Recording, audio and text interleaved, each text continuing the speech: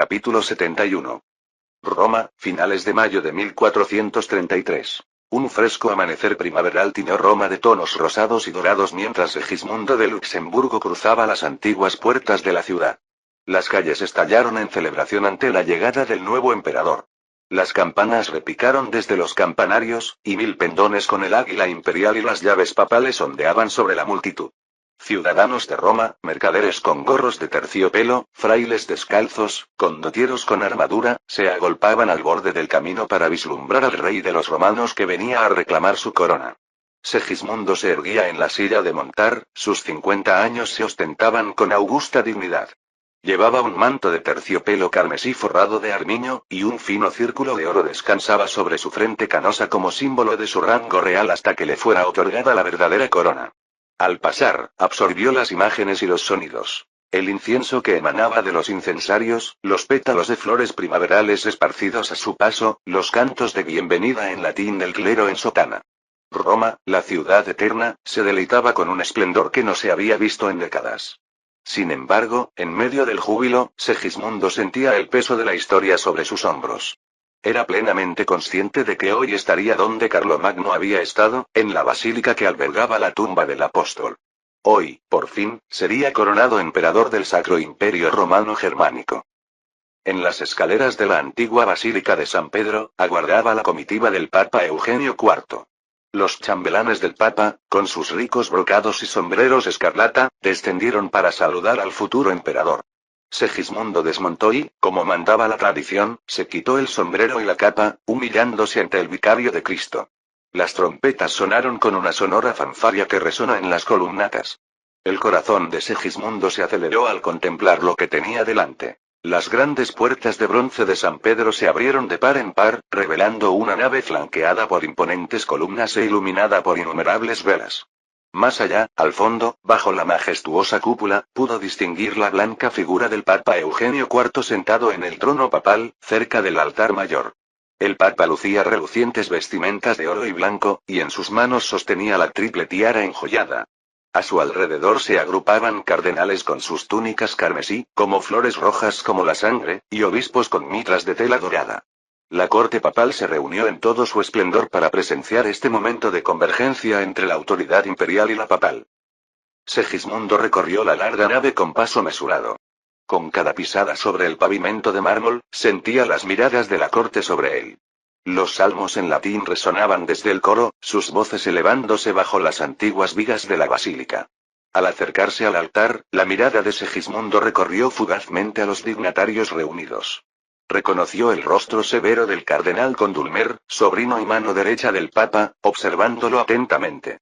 Cerca se encontraba un grupo de enviados principescos. Los embajadores de Venecia y Aragón, vestidos de sedas oscuras, los delegados florentinos, incluso un representante de Francia.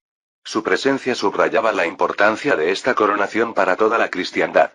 Muchos dudaban de que Segismundo, ocupado durante tanto tiempo con guerras y concilios en el norte, llegara alguna vez a Roma para reclamar la diadema imperial.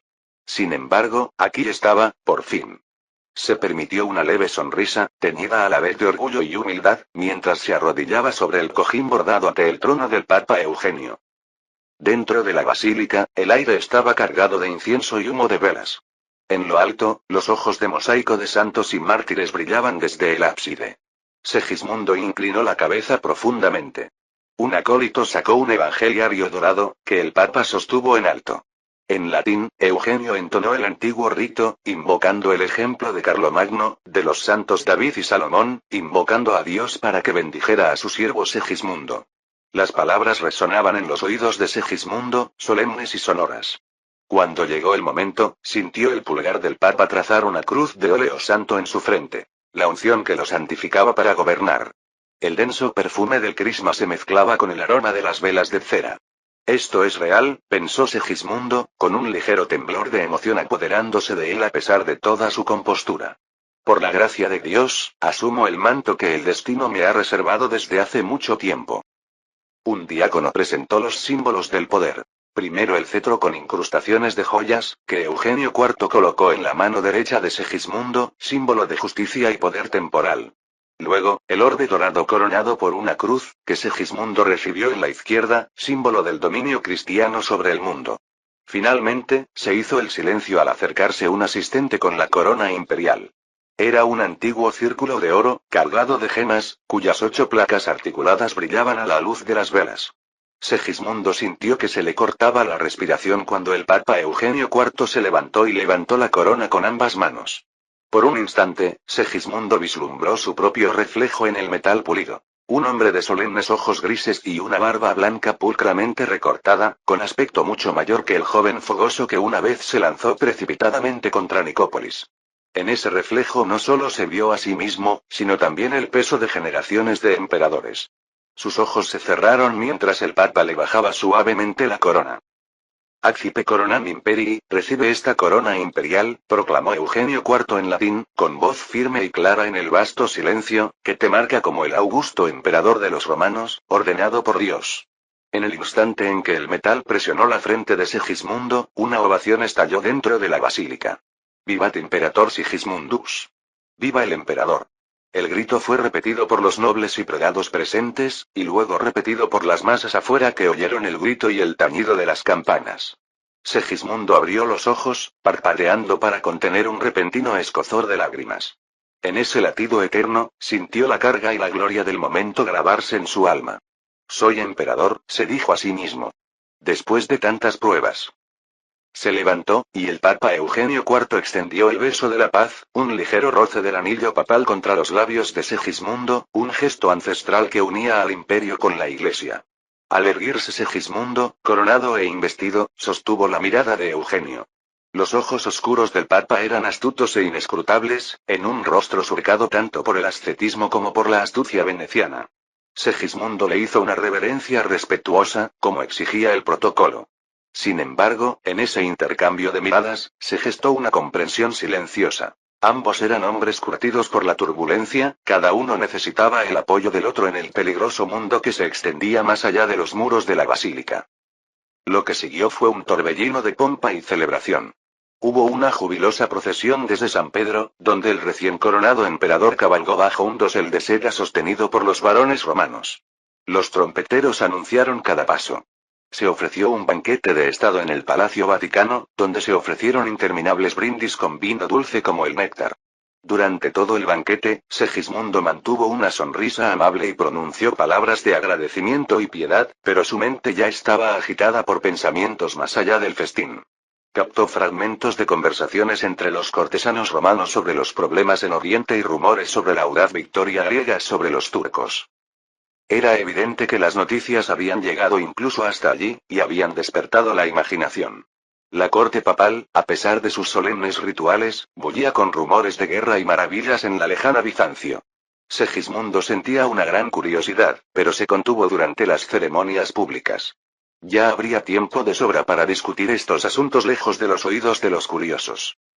La última hora de la tarde, mientras la dorada luz del sol se filtraba oblicuamente entre las columnatas, Segismundo fue escoltado a una audiencia privada con el Papa Eugenio IV en el Palacio Apostólico. El bullicio festivo del día se había calmado, dejando solo los tenues ecos de himnos lejanos en los pasillos. 2 alabarderos abrieron la puerta de la biblioteca privada del Papa, y Segismundo entró para encontrarse con Eugenio IV solo, esperándolo. La sala era modesta para los estándares papales, con altas bóvedas y paredes decoradas con frescos que representaban escenas bíblicas en colores apagados. Un ventanal alto se abría al aire primaveral y las cortinas se mecían suavemente. Permanecía la fragancia de libros antiguos y un toque de incienso. Una sola mesa estaba dispuesta con una jarra de vino y 2 copas sencillas, señal de que esta reunión sería informal y confidencial. Su santidad comenzó Segismundo, inclinando la cabeza con respeto. A pesar de llevar la corona imperial, mostró la debida deferencia hacia el pontífice. Le agradezco el gran honor de hoy. Es un recuerdo que atesoraré toda mi vida. Su voz, un barítono profundo, aderezado por años de mando, resonó suavemente en la silenciosa cámara. Eugenio IV se levantó de detrás de la mesa y dio un paso al frente, con una cálida sonrisa que suavizaba sus austeros rasgos. Majestad, respondió, extendiendo ambas manos en señal de bienvenida. El honor es nuestro. Ha pasado demasiado tiempo desde que Roma presenció la coronación de un emperador. Dios ha querido que usted y yo construyamos un nuevo vínculo entre el trono y el altar. Segismundo notó la cuidadosa elección de palabras del Papa. Tú y yo. Eugenio habló como un socio en la empresa, no como un simple pontífice que otorgaba favores. Se sentaron uno frente al otro. Por un instante, la mirada del Papa se desvió hacia la ventana abierta, donde se veía a lo lejos la silueta de la cúpula de San Pedro. La ceremonia de esta mañana, continuó Eugenio pensativo, me llenó el corazón de esperanza. Una cristiandad unida, Oriente y Occidente, nunca ha sido más necesaria que ahora. Se volvió hacia Segismundo, juntando las manos. Por eso deseaba hablar con su majestad en privado. Hay asuntos de gran importancia en Oriente que exigen nuestra atención, y que quizás presenten una oportunidad divina. Segismundo se inclinó hacia adelante, apoyando los antebrazos sobre la mesa. El sol del atardecer proyectaba una suave luz sobre los dos hombres. El Papa, vestido de blanco y con su rostro curtido y ascético, y el emperador recién coronado, ahora con un jubón sencillo, con la corona sobre un cojín cercano. En ese contexto, podrían haber sido dos viejos amigos compartiendo una copa, de no ser por la magnitud de su conversación. Estoy a su disposición, dijo Segismundo. Hable con libertad. Eugenio asintió agradecido. Sirvió un poco de vino en cada copa, con manos firmes pero finas, las manos de un monje erudito convertido en estadista.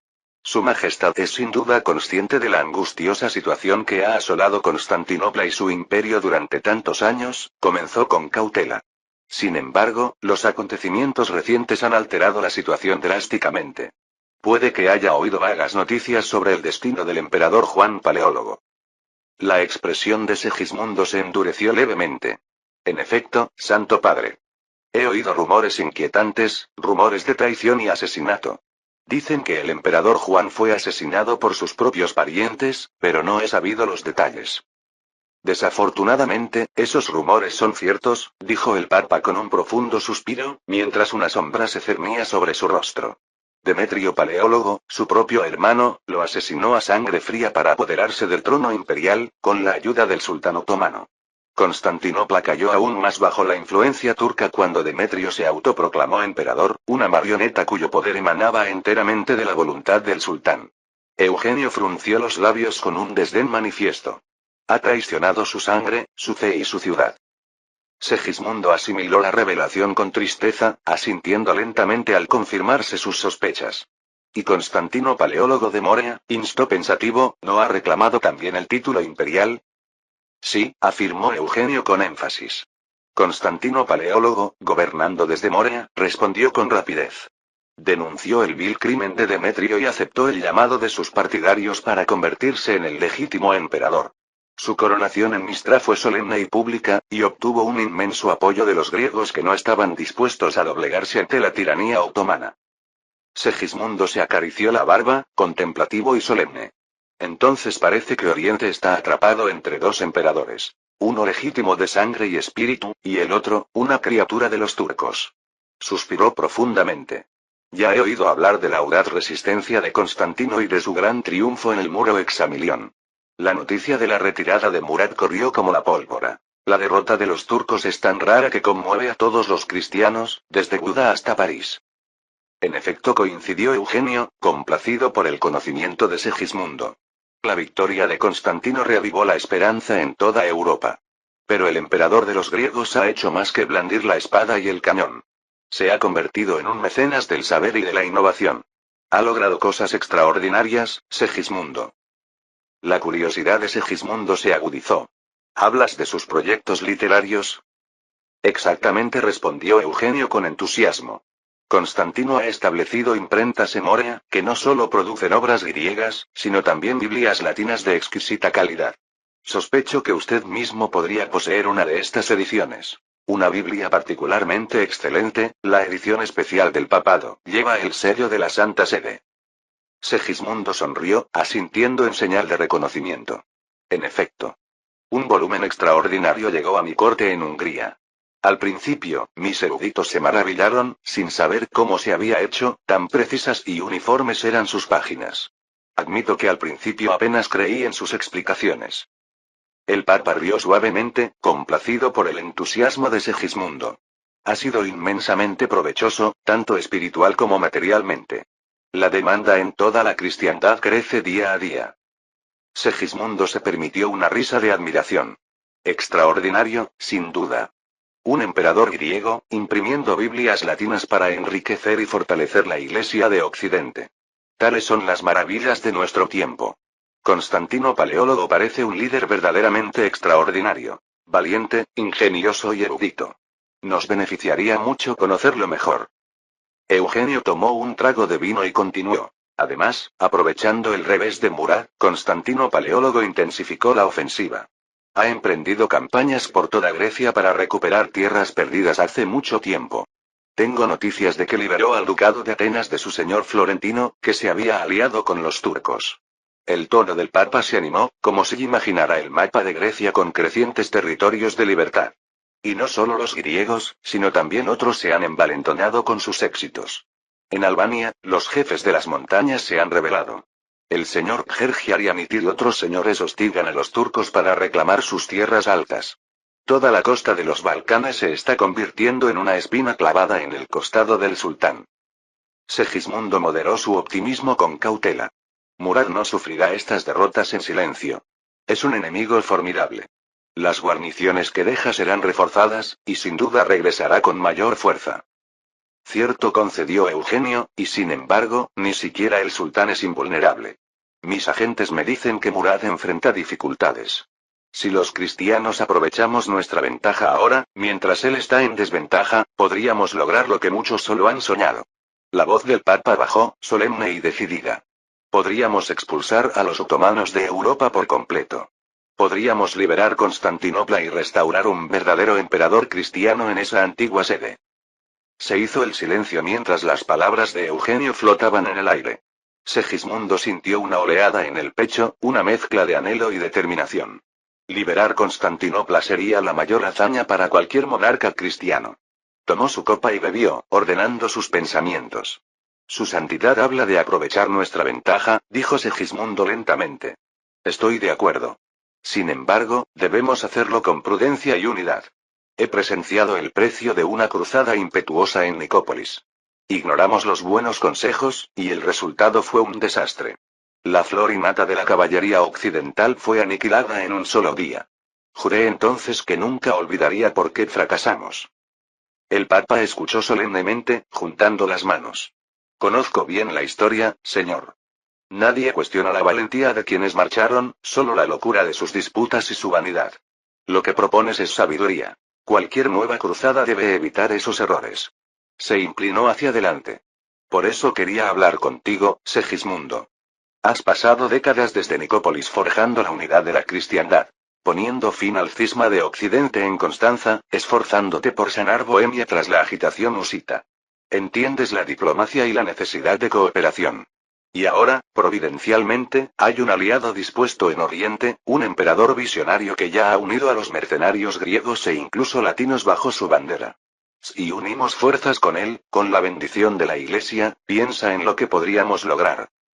Segismundo sintió que el fuego del viejo guerrero se reavivaba en su interior. Dejó su copa. El leve tintineo sobre la mesa acentuó su determinación. Santidad, no encontrará reticencia en mí. He anhelado ver la unidad cristiana contra los otomanos toda mi vida. Si el emperador Constantino es tan capaz e ilustrado como usted describe, creo que se nos ha concedido una oportunidad excepcional. Esbozó una sonrisa firme. Tengo muchísimas ganas de conocer a este Constantino. De hablar con él, incluso de aprender de él. Los artefactos que menciona, la imprenta, los nuevos cañones, me gustaría verlos con mis propios ojos. Tales innovaciones podrían inclinar la balanza de la guerra. Y le extendería, como emperador de Occidente a emperador de Oriente, mi mano en señal de amistad y alianza. El rostro de Eugenio IV se iluminó de alivio y entusiasmo. Excelente. Esperaba que su majestad lo viera así. Juntos, podemos empezar a sentar las bases. Tengo la intención de convocar una cruzada general en el momento oportuno, reuniendo a reyes, príncipes y caballeros de toda la cristiandad latina. Su apoyo como emperador del Sacro Imperio Romano Germánico será invaluable para galvanizar a los príncipes alemanes y a los reinos de Europa Central. Segismundo asintió con determinación. Enviaré emisarios a los príncipes del imperio de inmediato, a los reyes de Polonia y Dinamarca, al duque de Borgoña y a quien quiera que acuda al llamado. Mis propios reinos de Hungría y Bohemia, si Dios quiere, proporcionarán soldados robustos para esta causa, especialmente ahora que la lucha husita se desvanece y la paz regresa a casa. Se permitió un momento de orgullo. Tras años de conflicto, por fin había pacificado las guerras religiosas de Bohemia lo suficiente como para redirigir esas energías contra el verdadero enemigo. También debemos cortejar a Venecia y Génova, continuó Segismundo, pensando estratégicamente. Sus flotas serán necesarias para transportar tropas y sofocar a los turcos por mar. Venecia, en particular, podría verse tentada. El comercio de especias sufre bajo la presión otomana, y han codiciado otra oportunidad en el Egeo. Ante eso, Eugene rió suavemente. Sospecho que la signoria de Venecia se unirá a cualquier aventura que suene con monedas. Usaré nuestra influencia con ellos. Después de todo, yo mismo nací en Venecia, algo que no han olvidado. A Génova también se le puede convencer si el premio es justo. Los dos hombres siguieron hablando, hasta bien entrada la tarde. Hablaron de logística, de tiempos y de concilio. Eugenio IV mencionó la convocatoria de un concilio de las iglesias, una gran reunión donde Oriente y Occidente podrían reconciliar formalmente su prolongado cisma teológico como preludio a la alianza militar. Constantino Paleólogo se ha mostrado abierto a la idea de la unión de las iglesias, confesó el Papa. Si por fin logramos cerrar la brecha entre la ortodoxia y el catolicismo, imaginen el impulso que recibiría nuestra causa común. Los griegos lucharían con la certeza de que Roma los respalda plenamente, y los occidentales verían a sus hermanos orientales no como extraños, sino como hermanos cristianos bajo un mismo techo espiritual. Segismundo lo reconoció con un murmullo pensativo. Sabía que tal unión sería delicada. Siglos de desconfianza no podían desaparecer de la noche a la mañana. Pero si alguien podía mediar en ella, ese podría ser este papa con su tenacidad diplomática, trabajando con un emperador que claramente valoraba los resultados por encima del dogma. Mientras conversaban, Segismundo observaba de vez en cuando el rostro de Eugenio. La luz de la tarde dibujaba líneas de preocupación en la frente del papa. Comprendió que Eugenio IV soportaba sus propias pesadas cargas. El inquieto concilio de Basilea, que desafiaba la autoridad papal, la inestabilidad política en los estados pontificios y el eterno equilibrio entre persuadir a los monarcas europeos. El afán del papa por una cruzada no solo buscaba gloria espiritual. Segismundo comprendía que también era un intento de unificar la cristiandad bajo el liderazgo papal en un momento crítico. Si una gran cruzada triunfaba, el prestigio del papa se dispararía y los conciliadores serían silenciados. Segismundo, por su parte, aseguraría su legado como el emperador que salvó Constantinopla y detuvo el avance turco. Objetivos coincidentes, sin duda, reflexionó. Cada uno tenía algo que ganar, pero ambos anhelaban sinceramente liberar a la cristiandad de la amenaza infiel. En eso, sus corazones eran honestos y estaban alineados. Para cuando el sol se puso y la luz anaranjada se derramó sobre el suelo de la biblioteca, los contornos de un plan habían cobrado vida. Segismundo se puso de pie, y Eugenio IV se levantó con él. Santidad, dijo el emperador con energía en la voz, vine a Roma a recibir una corona. Me voy con más, me voy con un propósito renovado. Las luchas de mi pasado, cada revés y toda la paciencia que he adquirido, servirán para esto. No lanzaremos valientes caballeros contra el turco como si fueran jugadores temerarios. No, forjaremos una alianza de conocimiento, fe y acero. Nota del autor. En la cronología original, Segismundo de Luxemburgo fue coronado emperador del Sacro Imperio Romano Germánico por el Papa Eugenio IV el 31 de mayo de 1433 en Roma. Durante este periodo, la revuelta albanesa contra el dominio otomano, 1432-1436, estaba en marcha, liderada por figuras como Kherkharianiti. Tanto Segismundo como el Papa Eugenio IV vieron con buenos ojos la resistencia albanesa, ya que se alineaba con sus esfuerzos más amplios para contrarrestar la expansión otomana en Europa. En la línea temporal alternativa de nuestra novela, estos acontecimientos se aceleran e intensifican. Los contratos de venta de libros generan ingresos sustanciales para el papado, lo que impulsa aún más sus esfuerzos políticos y militares contra los otomanos. Capítulo 72. Al amanecer, el ejército del emperador Constantino desmanteló su campamento en Vodonitsa. Una pequeña guarnición de tropas bizantinas y voluntarios locales permaneció para defender la fortaleza recién conquistada, pero el ejército principal se dirigió hacia el norte. Antes de la marcha, sacerdotes ortodoxos caminaban entre las filas, blandiendo incienso y rociando agua bendita. Una archimanderita de barba canosa sostenía en alto un icono dorado de la Teotocos, Madre de Dios, cuyo rostro pintado reflejaba la luz del amanecer. Soldados y oficiales se persignaban mientras el clero cantaba oraciones de protección. Constantino se quitó el yelmo e inclinó la cabeza para recibir la bendición final. El sacerdote rozó la frente del emperador con el icono y murmuró: «Que el Señor guarde tu ir y venir». Así consagrado, el ejército avanzó, con los estandartes del águila bicéfala ondeando al viento matutino. Entraron en el legendario paso de las Termópilas, las legendarias puertas calientes. Las empinadas laderas del monte Callidromon aún se cernían sobre su izquierda, mientras que a la derecha el terreno se inclinaba hacia pantanos cubiertos de juncos y el resplandeciente mar Egeo. Sin embargo, el tiempo había suavizado el cuello de botella. Lo que una vez aglutinó a los antiguos hoplitas hombro con hombro se había ensanchado hasta convertirse en un camino irregular, lo suficientemente ancho como para que las carretas pudieran sortearlo, aunque los acantilados seguían estando lo suficientemente cerca como para que los viajeros sintieran su peso pétreo. Siglos de deslizamientos de lodo y abandono habían obstruido partes del antiguo camino, obligando a los ingenieros de Constantino a trabajar arduamente para limpiar las rocas caídas y talar algunos pinos raquíticos que bloqueaban el paso. Un cálido vapor sulfúrico emanaba de manantiales termales ocultos, con un tenue olor a azufre. Muchos en la columna guardaron silencio, asombrados o curiosos. Todos sabían que este era el lugar sagrado donde, hace mucho tiempo, unos pocos valientes habían repelido las hordas de un invasor oriental. Constantino cabalgaba cerca de la vanguardia, liderando a caballo bajo el estandarte imperial. Mientras cascos y botas pisaban la tierra antigua, reflexionó sobre aquellos antiguos héroes. Leónidas y sus espartanos habían derramado su sangre aquí contra los persas. Ahora, casi 2 milenios después, los soldados griegos marchaban de nuevo a través de las Termópilas para enfrentarse a otro imperio oriental. Se preguntó si los espíritus de aquellos guerreros los velaban ahora. El capitán Andreas ordenó detenerse en una curva particularmente cerrada donde los acantilados se alzaban opresivos. Los exploradores avanzaban a paso ligero, atentos a cualquier señal de una emboscada otomana. No apareció nadie. El enemigo se había dispersado del paso. Aún así, Andreas ordenó a un equipo de ingenieros que apuntalaran una cornisa desmoronada para que los cañones pudieran pasar con seguridad. Los hombres se esforzaban con cuerdas y palancas para maniobrar los pesados cañones de campaña Dracos por el peligroso camino, centímetro a centímetro. A pesar de las dificultades, la moral estaba alta. Los soldados intercambiaban sonrisas y comentarios sobre cómo los turcos debían estar temblando al otro lado de las montañas. Incluso los veteranos canosos admitieron que sentían como si el favor de Dios guiara sus pasos. Cada obstáculo superado en las puertas calientes era una victoria en sí mismo. Al mediodía, el ejército de Constantino emergió del extremo norte del paso hacia un terreno más amplio. El accidentado desfiladero se abría paso a un terreno ondulado, y a lo lejos, al otro lado de una fértil llanura, podían ver su próximo objetivo: Cetuni.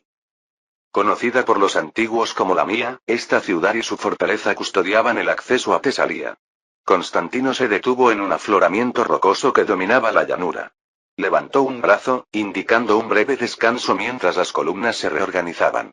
Mientras los hombres recuperaban el aliento y se ajustaban las armaduras, el emperador contempló las lejanas murallas de Cetuni y el resplandeciente golfo de la Mía al fondo.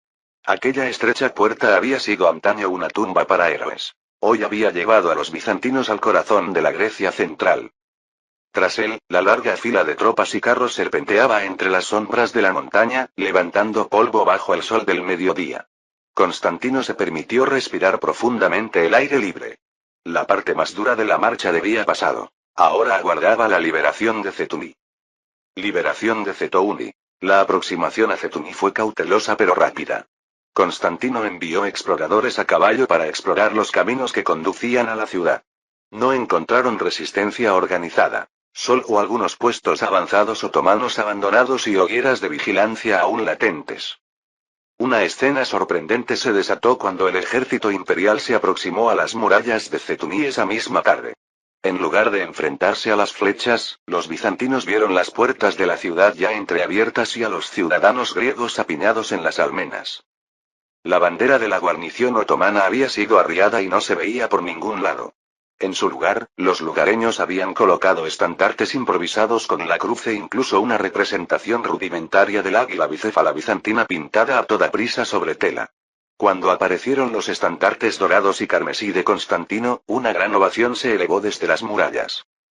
Los habitantes ondeaban pañuelos, ramas de olivo e incluso iconos en alto en señal de agradecimiento. Parecía que los soldados otomanos habían huido durante la noche, reacios a enfrentarse al avance del ejército bizantino. La huida de la guarnición fue tan precipitada que dejaron cajas de flechas y comida a medio cocinar en sus hogares. Muchos se habían quitado los uniformes para mezclarse con los refugiados que huían rumbo al norte.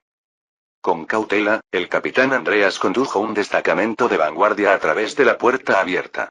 No se encontraron con una emboscada, sino con risas llorosas y brazos extendidos. Los griegos de Cetuni, hombres, mujeres y niños, avanzaron para dar la bienvenida a sus liberadores. Unos pocos rezagados otomanos que no habían escapado yacían atados y desarmados en las calles, prisioneros de los lugareños que los habían dominado al correrse la voz de que los turcos abandonaban la ciudad. El emperador entró a caballo, flanqueado por Tomás y George Sprances, al son de la campana de la iglesia de la ciudad, que repicaba con alegría. Uno a uno, los soldados se quitaron los yelmos, asombrados y conmovidos por el saludo. Mujeres mayores se acercaron a besar el estribo de Constantino y el dobladillo de su capa roja, agradeciéndole con sollozos de alegría. Los jóvenes correteaban junto a los caballos, intentando tocar las lanzas de los soldados como si admiraran a los héroes de leyenda. Constantino desmontó en la plaza central, dominada por una iglesia de piedra y una modesta fuente de la época romana. Al tocar tierra griega, ahora libre del dominio otomano, sus botas se arrodilló e hizo la señal de la cruz. La multitud guardó silencio mientras el emperador inclinaba la cabeza en señal de gratitud. El único sonido era el crepitar de algunas antorchas y el canto lejano de una paloma liberada que volaba sobre sus cabezas. Entre quienes se acercaron para saludar al emperador se encontraba el sacerdote local de Cetuni, el padre Nicolaos. Apretando contra el pecho una cruz con empuñadura de latón, los ojos del sacerdote se llenaron de lágrimas de alegría. Ofreció a Constantino una hogaza de pan y sal en la tradicional bienvenida griega. Su Majestad Imperial, dijo el padre Nicolaos con la voz temblorosa por la emoción, bienvenido a Cetuni, liberado por la gracia de Dios. Hemos rezado por este día. Constantino se levantó y abrazó al anciano sacerdote, que olía a incienso y cera de vela. Padre, venimos como compatriotas griegos y cristianos, no como conquistadores. Le agradecemos su bienvenida, respondió el emperador con cariño. Ante esto, más vítores resonaron en las casas de piedra de la plaza. Mientras los soldados avanzaban para asegurar el cuartel turco vacío y organizar los alojamientos, Constantino apartó al padre Nicolaos y a sus altos oficiales en las escaleras de la iglesia. Hablaron en voz baja en medio del caos jubiloso. El sacerdote, aún con la respiración entrecortada por la emoción, le contó lo que sabía de la situación en la región. Neopatras, explicó, estaba lista para la liberación. Mi emperador, dijo Nicolaos, señalando hacia el oeste, la fortaleza de Neopatra se encuentra a poca distancia de aquí, en las colinas más allá del río Esperqueo. La guarnición otomana allí es pequeña y vulnerable. No hace mucho, muchos de sus soldados se retiraron al norte, a Tesalía y Epiro. Se rumorea que fueron enviados como refuerzo contra los rebeldes albaneses o quizás para reforzar Larisa. Solo queda una fuerza simbólica en Neopatras, unos 20 hombres, y están desmoralizados. Los ojos del sacerdote brillaron al añadir. Si atacan pronto, seguramente huirán o se rendirán, como vimos aquí. Los turcos están desorganizados, huyendo ante su bandera. George Sprances dio un paso al frente, siempre como un consejero práctico, y preguntó en voz baja. Padre, ¿ha habido otros movimientos otomanos que debamos conocer? ¿Se están reuniendo fuerzas en las cercanías o hay fortalezas que aún resistan? El padre Nicolaos asintió pensativo. Hemos oído que las guarniciones de las aldeas más pequeñas del este se han retirado, dirigiéndose a Domocos o de vuelta a Tesalía. Los turcos parecen estar abandonando el campo presas del pánico. Solo los fuertes más grandes con tropas importantes, como Domocos al norte, siguen con personal. E incluso allí, dicen que el enemigo está conmocionado por la rapidez de su avance. El rostro del sacerdote se tornó solemne. Pero tenga cuidado, emperador. Algunos turcos han jurado tierra arrasada en su retirada.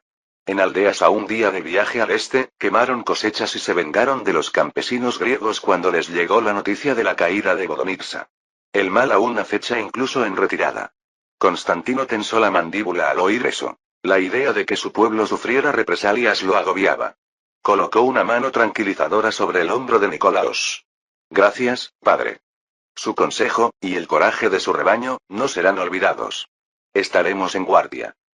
Al caer la tarde, Constantino convocó un breve consejo con sus comandantes clave en la plaza del pueblo, bajo un estandarte imperial izado a toda prisa.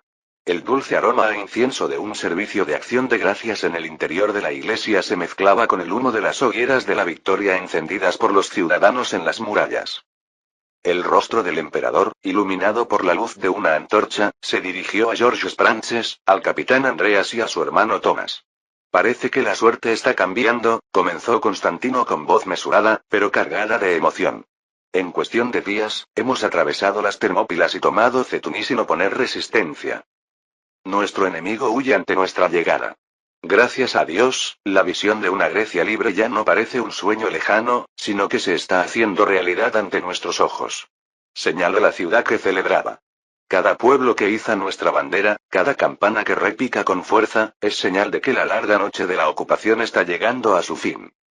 Hizo una pausa, observando los rostros de sus oficiales.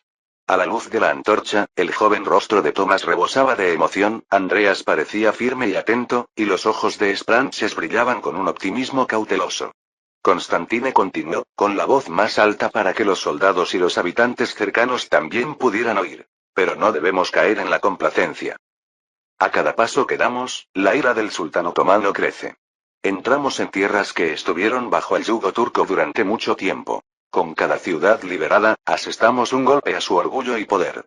No se quedará de brazos cruzados. Las mareas cambiantes pueden cambiar fácilmente si somos imprudentes. La mirada del emperador se elevó un instante, como si viera más allá del cielo oscuro. Cuando partimos, muchos nos consideraron insensatos o desesperados. Ahora, lo imposible se hace realidad. Vean cómo Dios favorece nuestra causa, pero debemos demostrar que somos dignos de su ayuda. Nuestros antepasados defendieron estas tierras con sangre. Ahora nos toca a nosotros reclamarlas con sabiduría y coraje. Los hombres reunidos golpearon sus puños contra sus pechos o asintieron con firmeza, conmovidos por sus palabras. Tras este breve discurso, Constantino recurrió a su círculo íntimo para que le aconsejaran sobre los siguientes pasos. Confiaba en que estos hombres expresarían opiniones sinceras. Thomas, su hermano menor, apenas podía contener su entusiasmo. Hermano, esta es nuestra oportunidad de aprovechar nuestra ventaja. Exclamó Thomas con ojos brillantes. Señaló en dirección a Neopatras y más allá. Los turcos huyen. Si atacamos Neopatras al amanecer, alcanzaremos a esa débil guarnición antes de que puedan fortificarse o huir con todo su botín. Y más allá de Neopatras se encuentra el camino a Domocos y Tesalia. Podemos mantener este impulso y quizás liberar toda Grecia hasta Larisa antes de que el sultán pueda reaccionar. Es una oportunidad de oro. Thomas habló rápidamente, cortando el aire con la mano para enfatizar. Su entusiasmo era contagioso. Algunos oficiales cercanos murmuraron su aprobación, inspirados por la perspectiva de continuar la racha de victorias. George Sprances se aclaró la garganta suavemente, con la voz mesurada del hombre como contrapunto. Majestad, nuestro progreso es ciertamente alentador, pero Thomas habla de un avance rápido. Me veo obligado a plantear el asunto de la logística. Miró al emperador y a su alrededor. Nos hemos alejado mucho de nuestras bases originales en Moria en poco tiempo. Nuestras líneas de suministro se extienden ahora por Libadeía y Tebas, hacia el sur. Cada nueva fortaleza que tomamos requiere una guarnición que queda atrás, lo que reduce nuestras filas para el campo de batalla. Debemos traer comida y munición para nuestro sustento. Debemos asegurarnos de que Libadeía, Bodonitsa y ahora Cetuní estén seguras y aprovisionadas antes de seguir adelante. Quizás deberíamos enviar mensajeros de vuelta a Tebas o Glarencha para organizar caravanas de suministros y para que avancen las tropas de reserva. Hizo un gesto cortés con la cabeza a Thomas. Todos deseamos aprovechar este éxito, pero si nuestros hombres se quedan sin pan o pólvora en las montañas, el entusiasmo por sí solo no bastará. Las palabras de Sprances provocaron un silencio sobrio. Algunos de los oficiales jóvenes se miraron entre sí, dándose cuenta de que habían estado montando una ola de adrenalina que podría no durar para siempre. El capitán Andreas intervino a continuación, con la voz ronca tras años de dar órdenes a gritos en el campo de batalla. Le hemos asestado un duro golpe al enemigo, eso es cierto.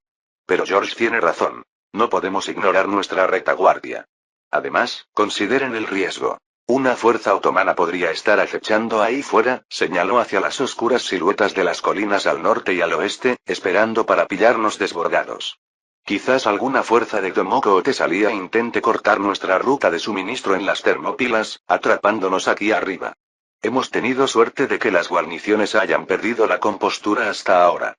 En Domokos, el enemigo podría decidir luchar con fuerza, y Murat podría enviar tropas de caballería tras nosotros. Cruzó los brazos. En resumen, debemos ser audaces y cautelosos. Tomar Neopatras parece poco arriesgado según los informes del padre Nicolaos, y reforzar aún más nuestro flanco. Pero antes de avanzar más allá de eso, yo exploraría con agresividad. Deberíamos enviar a nuestros mejores exploradores hacia Domokos e incluso hacia la llanura de Tesalia esta noche, al amparo de la oscuridad, para conocer lo que podamos de los movimientos enemigos. Constantino escuchó a cada uno por turno, asintiendo pensativo. La audacia de Tomás, la prudencia logística de Jorge, la cautela de Andrés, todos eran puntos válidos y valiosos. El emperador se sintió muy orgulloso de este pequeño consejo. No eran aduladores, sino hombres leales que le ofrecían consejos honestos, justo como los necesitaba. Por fin habló, tomando la decisión. Tomás tiene razón en que no podemos permitirnos perder el impulso. Neopatra será nuestro próximo objetivo, e inmediatamente. Marcharemos al amanecer. Tomás sonrió y se golpeó el pecho con el puño. Sin embargo, añadió Constantine, lo haremos con los ojos bien abiertos. George, empieza a organizar carros aquí en Cetouni para recoger grano, carne salada, cualquier cosa que los habitantes del pueblo puedan prescindir para el ejército. Les pagaremos con justicia más tarde. Envía también jinetes de vuelta de Vodonitsa y Livadeia para informar de nuestro éxito e instarles a que envíen todos los suministros que puedan. Andreas, tienes permiso para enviar exploradores de inmediato. Elige hombres que conozcan el terreno local. Quizás el padre Nicolaos pueda sugerir algunos lugareños para guiarlos. Quiero saber qué hay entre Neopatras y Domokos. Si alguna fuerza otomana se está reagrupando. Constantino se puso las manos en el cinturón y concluyó con firmeza. Esta noche descansaremos tras las murallas de Cetouni y atenderemos a las tropas. Al amanecer, con la bendición de Dios, partiremos para liberar Neopatras. Desde allí, determinaremos la mejor ruta hacia Tesalia. Una vez establecido el plan, el consejo se disolvió. Antes de dispersarse, el padre Nicolaos dirigió una breve oración en la plaza iluminada por antorchas, agradeciendo a Dios la victoria incruenta en Cetouni y pidiendo guía divina para las batallas que se avecinaban. Los soldados comenzaron a encender fogatas y a compartir las humildes cenas proporcionadas por los agradecidos habitantes del pueblo. Mientras Constantino se dirigía a una pequeña casa que le habían ofrecido como alojamiento, notó la mezcla de alivio y determinación en los rostros de todos. La situación realmente había cambiado. La única pregunta era hasta dónde los llevaría. Capítulo 73. Marcha a Neopatras. Al amanecer del día siguiente, el ejército bizantino salió en tropel por la puerta norte de Cetouni, rumbo a Neopatras. El sol naciente tiñó el cielo oriental de rosa y oro mientras largas filas de piqueros, mosqueteros y caballería serpenteaban por un camino rural que seguía el valle del río Esperqueo. El propio padre Nicolás caminó a la cabeza de una columna con su cruz en alto hasta las afueras de la ciudad, bendiciendo a los soldados que se marchaban como un pastor que envía a su rebaño a pastar. Muchos habitantes de Cetouni permanecían junto al camino, ondeando pañuelos y alabando al emperador y a los santos. Los niños corrían a su lado durante unos cientos de pasos, riendo e intentando seguirles el paso hasta que sus padres los llamaban. Constantino, cabalgando en la vanguardia, se permitió una sonrisa ante la emotiva despedida. Estas personas veían a su ejército como liberadores y protectores, no como conquistadores, una distinción vital que estaba decidido a mantener. La ruta a Neopatras se dirigía hacia el oeste a través de fértiles llanuras salpicadas de olivares y luego se adentraba gradualmente en las colinas. Los pueblos de Moschochori y Leanoclari se encontraban en su camino, y la noticia del avance bizantino había llegado a estas aldeas durante la noche. Al acercarse el ejército a Moschochori, encontraron el camino bordeado de aldeanos que sostenían iconos y plantas. En cuanto apareció el estandarte de Constantino, los aldeanos prorrumpieron en aclamaciones. Mujeres con vestidos caseros arrojaron ramas de laurel y flores silvestres ante los soldados que marchaban, creando una alfombra de verde y color sobre el polvoriento camino. Los ancianos hicieron una reverencia y estrecharon las manos callosas de los piqueros que pasaban en agradecimiento. Un aldeano anciano, apoyado en un bastón, logró acercarse al caballo de Constantino. Con voz temblorosa, depositó en la mano del emperador un pequeño icono de madera de San Jorge. Para ti, mi señor, San Jorge, por la victoria. Lo hemos mantenido oculto de los turcos. Ahora cabalga contigo. Conmovido, Constantino dio las gracias al hombre y entregó el icono a uno de sus portaestandartes, quien lo alzó. Tanto los aldeanos como las tropas aplaudieron al ver la imagen del santo guerrero guiándolos hacia adelante. A través de Moschochori y hasta Lelianokladi, la recepción fue la misma. La gente ofrecía queso, cebolla y pan plano recién horneado a cualquier soldado que los deseara. El capitán Andreas se aseguró de mantener el orden en el ejército. No se tolerarían saqueos ni intimidaciones, y todas las provisiones fueron requisadas debidamente en lugar de confiscadas. Georges Prances, que viajaba en una carreta para un breve descanso, tomó nota de los suministros entregados, con la intención de que el imperio compensara posteriormente a estas comunidades. La disciplina y el respeto del ejército por los lugareños no hicieron más que acrecentar la sensación de los aldeanos de que una liberación justa estaba cerca. Muchos jóvenes físicamente aptos se ofrecieron como voluntarios para guiar a los soldados por el terreno local, y algunos incluso tomaron viejas lanzas o arcos de caza para unirse a la marcha. Constantino inicialmente dudó en aceptar voluntarios sin entrenamiento, pues no quería dejar aldeas indefensas ni familias sin hijos varones, pero al final, algunos insistieron con tanto fervor que permitió que unos pocos se unieran como auxiliares y exploradores. Su conocimiento local resultó inmediatamente útil. Uno de ellos señaló un antiguo puente de piedra de la época bizantina sobre una curva de un río que permitía al ejército evitar un tramo fangoso del camino, ahorrando tiempo. Al acercarse el mediodía, las columnas comenzaron a ascender hacia las laderas inferiores del monte Oeta. Neopatras yacía enclavado en una ladera más adelante. El sendero se estrechaba de nuevo a medida que ascendían. En una curva, se encontraron con un árbol toscamente talado que les bloqueaba el paso.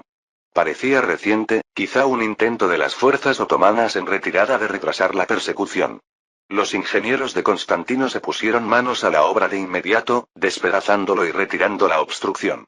Mientras se detenían, algunos soldados aprovecharon la oportunidad para rellenar sus cantimploras en un arroyo cristalino que descendía de las alturas. El agua estaba fría y dulce, un refrescante bienvenido en el calor creciente de principios de verano. Arriba, el sol caía a plomo, pero muchos soldados sentían que incluso los elementos los favorecían. Una ligera brisa soplaba a sus espaldas, como si la naturaleza misma quisiera que llegaran a Neopatras rápidamente. Esa tarde, la vanguardia que coronaba una loma vislumbró por primera vez Neopatras. Las casas de piedra de la ciudad y los muros grises de su antiguo castillo resplandecían en la verde ladera. Más allá, se alzaba la oscura mole del monte Eta, custodiando la retaguardia de la ciudad. Spranches entrecerró los ojos hacia la fortaleza. En el aire despejado, no se veía ningún estandarte otomano ondeando sobre las murallas, solo una asta solitaria. Parecía que los turcos ni siquiera se habían molestado en izar sus banderas esa mañana, una posible señal de desmoralización. Constantino ordenó al ejército que se acercara en orden de batalla. Desplegaron el estandarte imperial y la gran bandera escarlata blasonada del ejército bizantino. Los tambores marcaban un ritmo constante mientras las filas de infantería se desplegaban, preparadas por si acaso una defensa desesperada o una trampa. El silencio en la ciudad era inquietante. Ni campanas de alarma, ni gritos de los vigilantes, solo el eco de los tambores bizantinos resonando desde las colinas. Cuando los primeros exploradores bizantinos llegaron a las afueras de Neopatras, descubrieron la verdad. La guarnición otomana ya había abandonado la ciudad apenas horas antes. Algunos lugareños salieron de sus escondites para informar con entusiasmo que, al amanecer, los soldados turcos recogieron sus cosas y salieron a caballo a toda prisa. Se gritaban unos a otros, temerosos de ser cortados, explicó un granjero griego. Decían que los bizantinos venían de Cetuní y no se atrevían a enfrentarse a ustedes. Su comandante ordenó la retirada hacia Domocos.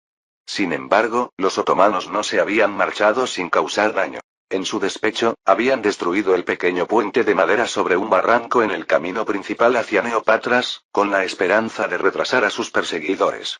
El paso era estrecho, con el arroyo aún transitable, pero obligó a una breve parada. Constantino no tardó en llegar y examinó el puente roto con expresión sombría. Los ingenieros evaluaron los daños. Se decidió rápidamente que la infantería podría vadear el arroyo poco profundo y que la caballería podría encontrar un vado un poco más arriba. Sin embargo, la artillería necesitaría una plataforma o calzada temporal. Sin perder tiempo, Andreas ordenó desmontar los carros y colocar sus plataformas para crear un cruce provisional. En menos de una hora, las tropas imperiales entraban en Neopatras. Como se preveía, Neopatras cayó en manos bizantinas sin luchar. Sin embargo, la recepción no fue menos eufórica por ser incruenta. Los ciudadanos de Neopatras, envalentonados por la huida de los turcos, abrieron sus puertas de par en par y corrieron a las calles para saludar a las fuerzas de Constantino como liberadores. Muchos de ellos habían sufrido bajo un bey otomano durante años, y su alegría ahora era desbordante. Las mujeres ululaban desde los balcones en señal de celebración, y los hombres abrazaban a cualquier soldado bizantino a su alcance. Constantino entró en la ciudad a caballo, pero pronto desmontó para caminar entre la gente, dando a entender que venía en son de paz y amistad. Se aseguró de detener a un grupo de sus propios soldados, ansiosos por saquear la residencia abandonada del gobernador otomano. Estos bienes serán inventariados y devueltos al pueblo o al Estado, no saqueados, declaró. Los hombres obedecieron, y los vecinos, al ver la imparcialidad del emperador, se inclinaron con gratitud.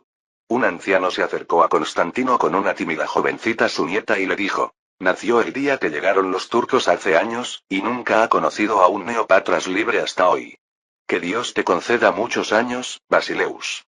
Constantino levantó con cuidado a la pequeña en brazos para que pudiera ver los estandartes imperiales que ondeaban sobre su ciudad natal. Fue un momento breve, pero para quienes lo presenciaron, simbolizó la restauración de la esperanza para la siguiente generación. Al anochecer, el campamento bizantino se acomodó felizmente en Neopatras y sus alrededores. El estandarte imperial ondeaba ahora en lo alto del antiguo castillo, reemplazando la media luna otomana. En la capilla del castillo, una pequeña y polvorienta iglesia ortodoxa abandonada bajo el dominio turco, sacerdotes y monjes se reunieron para celebrar un servicio de acción de gracias. Constantino, sus oficiales y muchos ciudadanos se apiñaron en la capilla, cuyos iconos y frescos volvieron a brillar a la luz de las velas. Juntos cantaron una doxología, alzando sus voces con los mismos himnos que sus antepasados habían cantado siglos atrás entre aquellos muros de piedra. Ñeoxoirio. Cristo ha resucitado. Exclamó con alegría un anciano sacerdote, a pesar de que la Pascua había pasado semanas atrás. En espíritu, se sentía como una resurrección de fe y libertad en esta ciudad. Tras las oraciones, los sacerdotes recorrieron el castillo y las calles, blandiendo incienso y entonando himnos de liberación, bendiciendo eficazmente la antigua fortaleza y a toda la comunidad, ahora libre de infieles. Los soldados permanecieron en reverencia mientras se rociaba agua bendita sobre las puertas y murallas para limpiar la mancha de la ocupación otomana. El propio Constantino participó con fervor. Sostuvo una vela de cera de abeja y siguió la cruz en procesión, reflexionando sobre lo excepcionales y preciosos que eran estos momentos. Liberar una fortaleza y rededicarla de inmediato a Dios. Cuando la procesión regresó al patio del castillo, un sacerdote dirigió la bendición final. Señor, en tiempos pasados esta fortaleza protegió a tu pueblo. Hoy la devolvemos a ese propósito sagrado. Que este castillo de Neopatras se alce de nuevo como escudo para los fieles. Bendice a nuestro emperador y a sus guerreros como una vez bendijiste a David contra Goliat. Amén. Un rotundo amén resonó entre soldados y habitantes del pueblo. En esa hora del crepúsculo, con las antiguas piedras del castillo brillando a la luz de las linternas y el lejano canto de los ruiseñores en el aire, muchos sintieron una profunda certeza de que Dios, en efecto, sonreía a esta campaña. Hacia Domocos. A la mañana siguiente, Neopatras bullía de actividad mientras el ejército de Constantino se preparaba para la siguiente fase. El emperador dejó un pequeño contingente de tropas en la ciudad, tanto para asegurar esta última conquista como para organizar la defensa de la región. Voluntarios locales se alistaron en una milicia para ayudar a proteger las murallas, bajo el mando de un experimentado oficial bizantino. A media mañana, el ejército principal partió de Neopatras hacia el norte. Domokos era ahora su objetivo, la última fortaleza importante en manos otomanas antes de las extensas llanuras de Tesalia. La ruta se tornó más accidentada a medida que avanzaban. El ejército tuvo que ascender a las faldas del monte Otris, dejando atrás el apacible valle de Esperqueo. El terreno se convirtió en un mosaico de alturas cubiertas de matorrales, estrechos desfiladeros y afloramientos rocosos. Aquí y allá, densos matorrales de robles y castaños se aferraban a las laderas, ofreciendo posible cobertura a los enemigos. Todos presentían que la parte fácil de la campaña estaba terminando. A diferencia de las ciudades medio abandonadas que se encontraban tras ellos, Domokos probablemente se estaba preparando para el combate. Constantino ordenó a las columnas que cerraran su formación. En poco tiempo, los exploradores de avanzada encontraron las primeras señales de resistencia otomana. Cabalgando por un sinuoso sendero de montaña, un par de exploradores bizantinos se vieron repentinamente acribillados por flechas desde una cresta rocosa. Un grupo de exploradores otomanos se rebeló. Arqueros de caballería ligera que habían estado siguiendo el movimiento bizantino. Un explorador recibió una flecha rasante en el muslo mientras él y su compañero retrocedían para advertir al grupo principal. El capitán Andreas reaccionó con rapidez, enviando una tropa de su propia caballería para ahuyentar a los hostigadores. Se produjo una breve escaramuza en una hondonada boscosa. Los exploradores otomanos, una docena de jinetes, dispararon algunas descargas, luego hicieron girar a sus caballos y desaparecieron entre los árboles, reacios a ser atrapados. Nos están probando, sondeando, murmuró Andreas mientras observaba la línea de árboles. Conocía estas tácticas. El enemigo intentaba retrasar a los bizantinos y obtener información sobre su fuerza. A medida que avanzaba el día, más exploradores otomanos entraban y salían disparados del campo de batalla. En un estrecho desfiladero, un árbol talado había sido tendido a través del camino, y desde arriba, un pequeño grupo de infantería turca hizo rodar piedras al acercarse los bizantinos. La infantería con escudos se abalanzó sobre ellos bajo las órdenes de Constantino para cubrir a los ingenieros, quienes se apresuraron a despejar el obstáculo. Las rocas que caían lastimaron a algunos hombres, pero una descarga de pirbelos hizo que los tiradores otomanos se dispersaran. 2 fueron capturados tras tropezar en el terreno accidentado al intentar huir. Al ser interrogados, estos cautivos revelaron que eran reclutas locales de los alrededores de Domokos, enviados para frenar a los bizantinos. Hablaron de que la guarnición de Domokos estaba en alerta máxima, como una colmena agitada por un palo, y que se habían enviado mensajeros para pedir refuerzos desde Larisa, en el norte. Constantino, al oír este informe, intercambió una mirada con Esprances. Una fuerza de relevo pronto podría desafiarlos. Ya no había vuelta atrás, pero la ventana de avance sin oposición se estaba cerrando.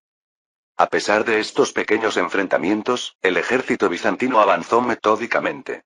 Constantino envió a sus exploradores a todas partes. Ágiles montañeros griegos que sabían moverse sin ser vistos entre los riscos, y algunos reclutas albaneses expertos en la guerra irregular. Estos exploradores confirmaron que no se avecinaba ningún gran ejército de campaña, solo pequeñas partidas como las que ya se habían encontrado. Sin embargo, de forma ominosa, se avistaron columnas de humo en varias direcciones. No estaba claro si se trataba de señales de fuego o de aldeas quemadas por los turcos en retirada. En cualquier caso, era una señal de que los otomanos estaban respondiendo activamente. Cuando el sol comenzó a ocultarse tras los picos occidentales, las fuerzas de Constantino avistaron Domokos. La ciudad se alzaba sobre una serie de colinas que dominaban una amplia llanura que se extendía hacia el norte, el comienzo de Tesalia. El castillo de Domokos era una robusta estructura de piedra en su punto más alto, cuyas murallas reflejaban el sol del atardecer. A su alrededor se alzaba una modesta ciudad con un circuito de murallas más bajas que se ceñían a la ladera.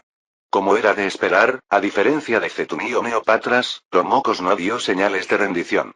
La bandera otomana ondeaba desafiante sobre las almenas, e incluso desde la distancia, los bizantinos podían oír el estruendo de las trompetas y los tambores de guerra desde el interior. La guarnición hacía alarde de estar preparada. Se observaron pequeños grupos de caballería otomana retirándose por las puertas, probablemente los mismos exploradores y escaramuzadores que se replegaban a la fortaleza ahora que había llegado el ejército enemigo. Constantino ordenó a sus tropas acampar fuera del alcance de los arcos de las murallas, en una elevación que dominaba la carretera principal. Los bizantinos movieron con eficiencia, bien entrenados por asedios anteriores. Piqueros y mosqueteros establecieron un perímetro, mientras que los ingenieros identificaron buenos puntos para colocar los cañones al amanecer. El emperador cabalgó alrededor de las posibles líneas, planeando cuidadosamente. Domocos no se dejaría sorprender. El asedio era inevitable. El ejército llevaba días marchando, pero su determinación se endureció ante la perspectiva. Muchos recordaban el sangriento asedio de Livadia, ocurrido hacía poco, y estaban preparados para hacer lo mismo allí si fuera necesario. Aún así, Constantino decidió darle una oportunidad a la guarnición esa noche. A través de un heraldo, llamó a los defensores tanto en griego como en turco, ofreciéndoles condiciones honorables si capitulaban pacíficamente. Abrid vuestras puertas, ceded la fortaleza y ningún daño os sobrevendrá ni a vosotros ni a los ciudadanos. Resistid y correréis la misma suerte que quienes nos desafiaron en Livadia. Sus palabras resonaron en las murallas. La respuesta de Domocos fue una lluvia de flechas. Era evidente que la guarnición había decidido luchar. Constantino aceptó lo inevitable.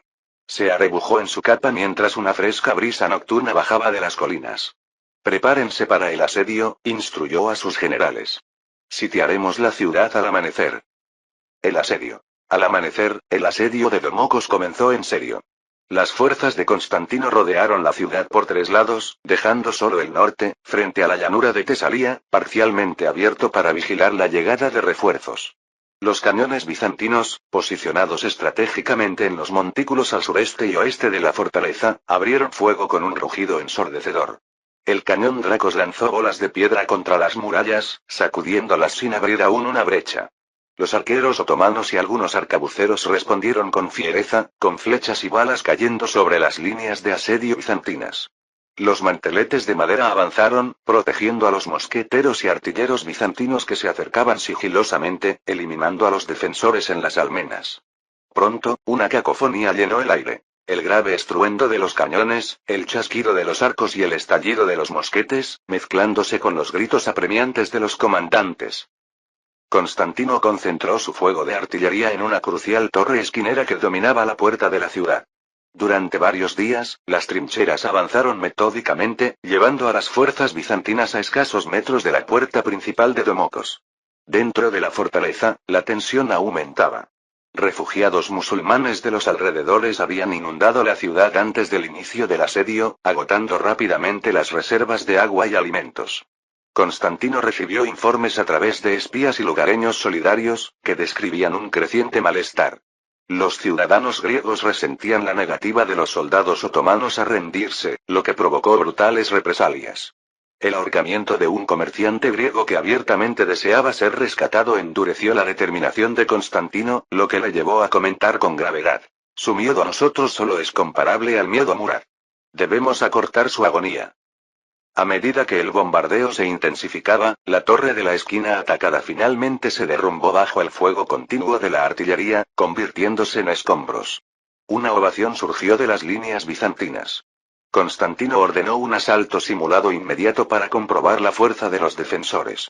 Los voluntarios avanzaron a toda velocidad, izando brevemente el estandarte imperial sobre la brecha antes de que los feroces contraataques otomanos los obligaran a retirarse, lo que costó varias vidas bizantinas. Los soldados soportaron varias noches de inquietud marcadas por las incursiones otomanas. Una noche oscura, la caballería sipaí otomana irrumpió desde una tronera, apuntando a los cañones del montículo occidental. Sin embargo, Constantino había previsto tales movimientos. Los abrojos dispersos por el terreno frenaron el impulso de los atacantes, sembrando la confusión entre sus filas.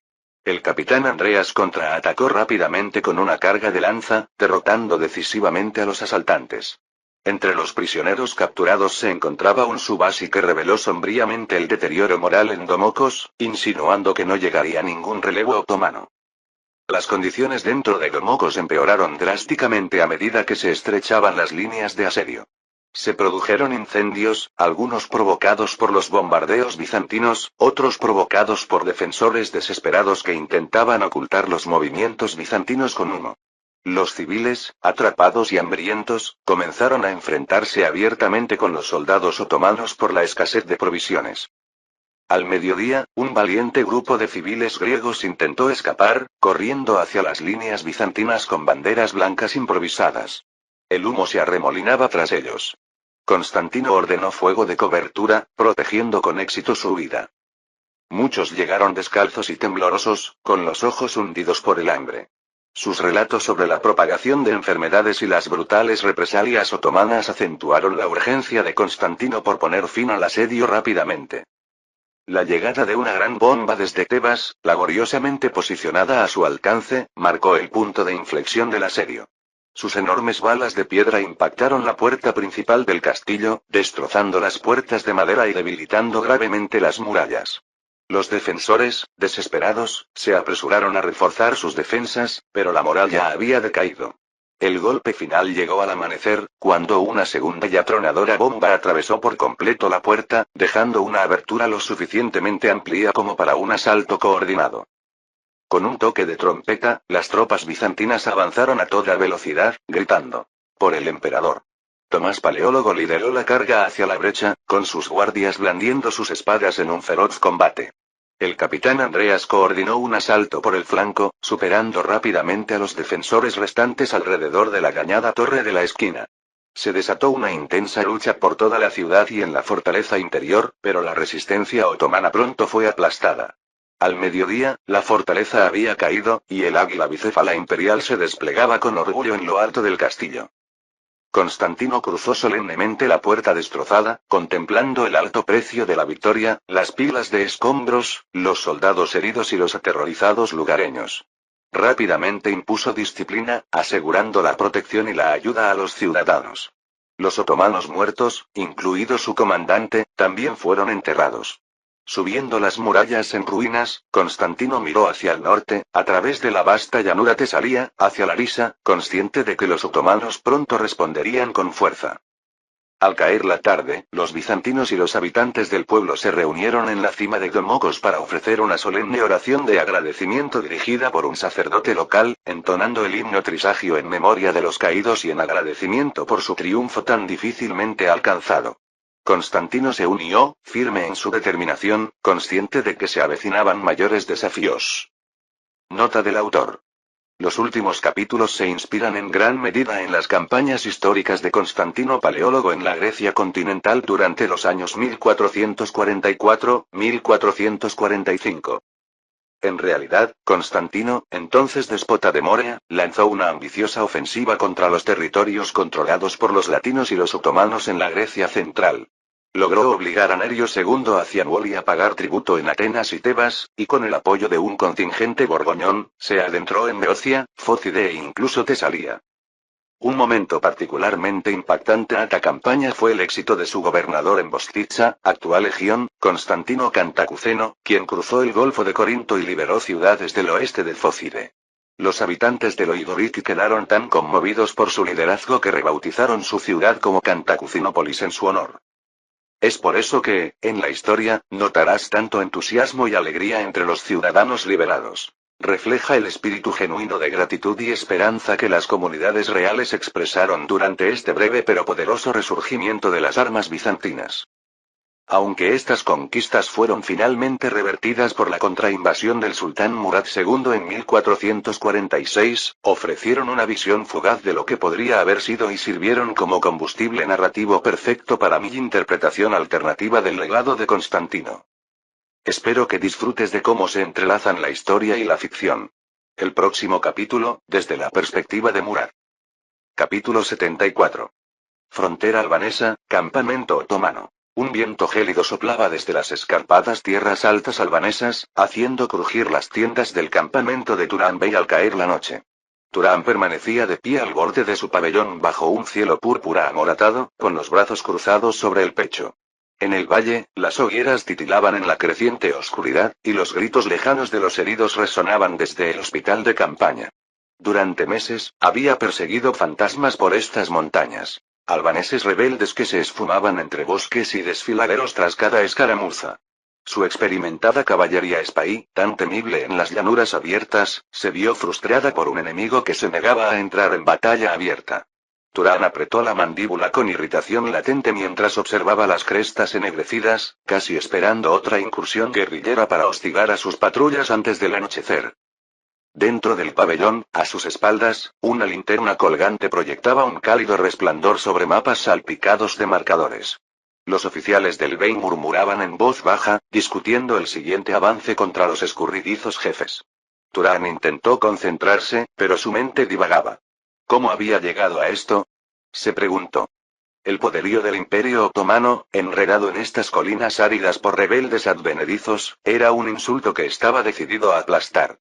Sin embargo, cada día que pasaba allí lo carcomía. Tesalia, su provincia natal y feudo, se encontraba muy al sureste. La había dejado segura bajo guarniciones, sin imaginar jamás que las tierras centrales del imperio en Grecia pudieran verse amenazadas. Sin embargo, habían llegado rumores. Las fuerzas bizantinas avanzaban más allá de Tebas, y se oían rumores de aldeas cristianas. Turán los descartó al principio como vanas historias. Los griegos de Constantino no se atreverían a aventurarse más allá de sus guaridas defensivas en Morea. Y, sin embargo, una sensación incómoda lo asaltaba esa noche, una premonición que no podía sacudirse. Un repentino golpeteo de cascos interrumpió sus pensamientos. Por el sendero rocoso que conducía al campamento, un jinete galopó entre los centinelas, con una antorcha en la mano. «Mensajero se acerca», gritó. Turán se giró bruscamente, con el corazón acelerado. Pocos mensajeros cabalgarían con tanta intensidad al anochecer, a menos que el asunto fuera grave. Avanzó a grandes zancadas mientras el jinete, un mensajero cubierto de barro con librea otomana, se deslizaba de su exhausto caballo. Apenas las botas del hombre tocaron el suelo cuando cayó sobre una rodilla, con el pecho agitado. «Mi bey, disculpe la hora», jadeó el mensajero, con el rostro cubierto de sudor y polvo. «Traigo noticias urgentes, de Tesalia». Ante eso, a Turán se le heló la sangre. Lo sujetó por el hombro, animándolo a levantarse. «Habla», ordenó Turán en voz baja y temerosa. «¿Qué noticias hay de mis tierras?» El mensajero alzó la vista desesperada hacia su señor. «Una ofensiva bizantina, señor. Los bizantinos han atacado con fuerza». Respiró entrecortadamente. «Han tomado Domocos, y gran parte de la campiña de Grecia central se alza con ellos». Neopatras cayó sin apenas resistencia. El castillo de Domocos resistió, pero cayó ante el enemigo hace 3 días. Por un instante, Turán Bey olvidó respirar. «¿Domocos, caído?». La palabra martilleaba su mente. Soltó al mensajero y retrocedió un paso tambaleándose. Dentro del pabellón, sus oficiales salieron corriendo, alarmados por la expresión cenicienta de su señor. Turán entreabrió los labios, pero no emitió ningún sonido. Sintió como si la tierra se le hubiera derrumbado bajo los pies, reemplazada por una oleada de furia e incredulidad. Domocos era una de las piedras angulares de su provincia. Una sólida fortaleza que custodiaba el sur de la llanura de Tesalia. Había inspeccionado personalmente sus defensas hacía menos de 1 año. «¿Por el profeta, cómo?», siseó Turán al fin, con la voz temblorosa por la ira contenida. Sus ojos oscuros se clavaron en el mensajero. «Nuestra guarnición en Domocos contaba con cientos de hombres. ¿No resistieron?». El mensajero inclinó la cabeza, con vergüenza en el rostro. «Resistieron lo mejor que pudieron, mi bey. El emperador Constantino dirigió el asalto personalmente. Los bizantinos trajeron fuertes bombardeos desde Tebas y nuevas armas de fuego en gran número. Abrieron brechas en las murallas tras un breve asedio». Hizo una pausa, como si temiera las siguientes palabras. «Nuestro comandante murió en el asalto final. La fortaleza está perdida, y el campesinado griego se ha alzado en abierta rebelión en las llanuras centrales. Ahora se unen al estandarte de Constantino». Las manos de Turán se cerraron lentamente en puños a sus costados. Recordaba demasiado bien las nuevas e infernales armas de Constantino. El estruendo de los cañones y el fuego entrecortado de las pistolas que habían aturdido a su caballería 2 años atrás en Morea. Había subestimado entonces a los griegos fracturados y desesperados y lo pagó con sangre en la muralla Examilión.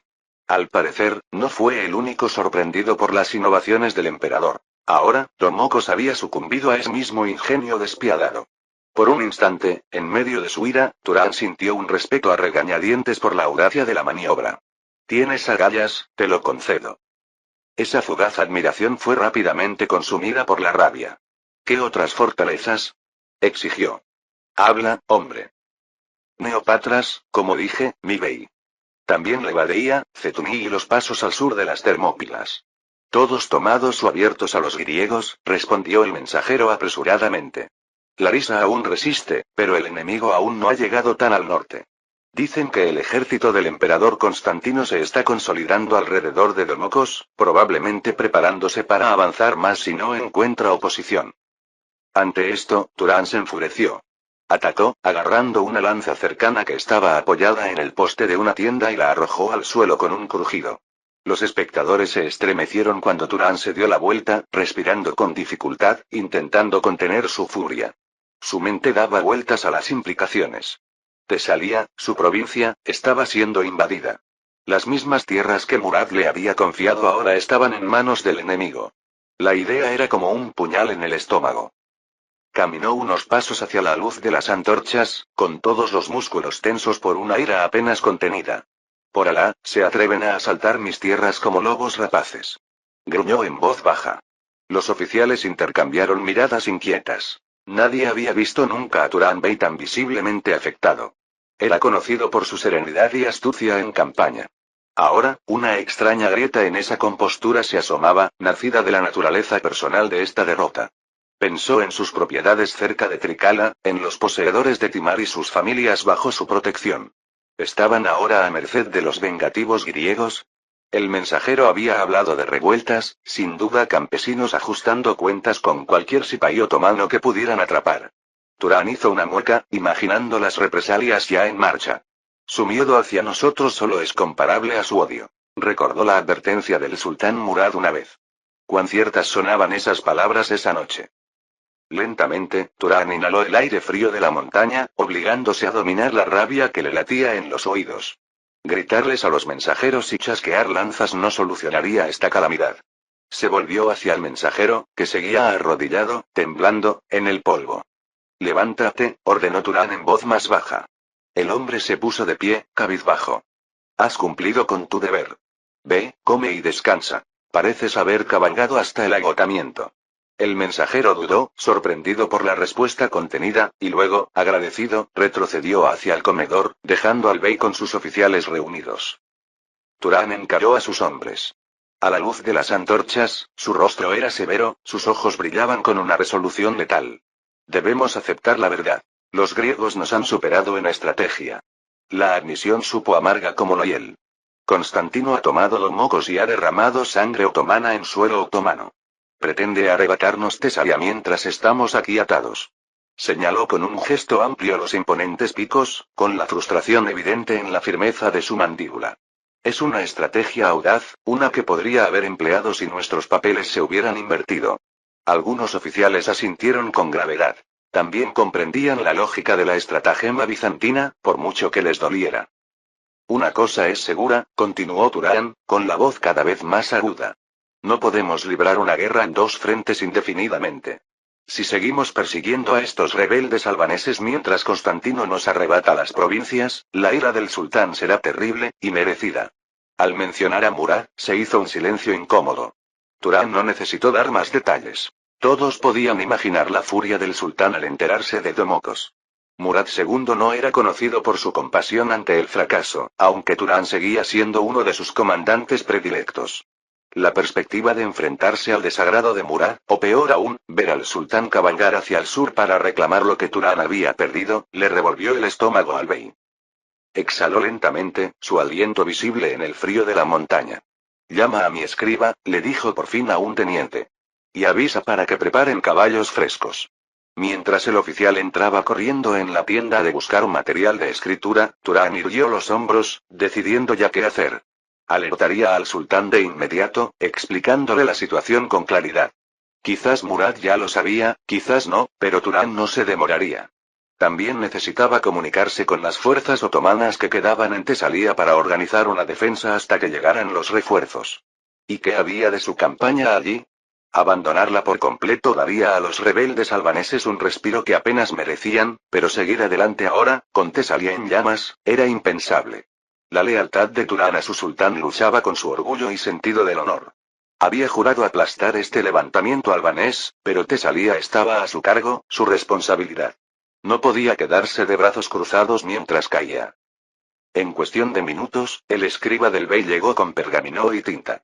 Turán dictó, con frases breves y urgentes, una carta al sultán Murad, comunicándole la gravedad del ataque bizantino y rogando permiso rápido para replegarse.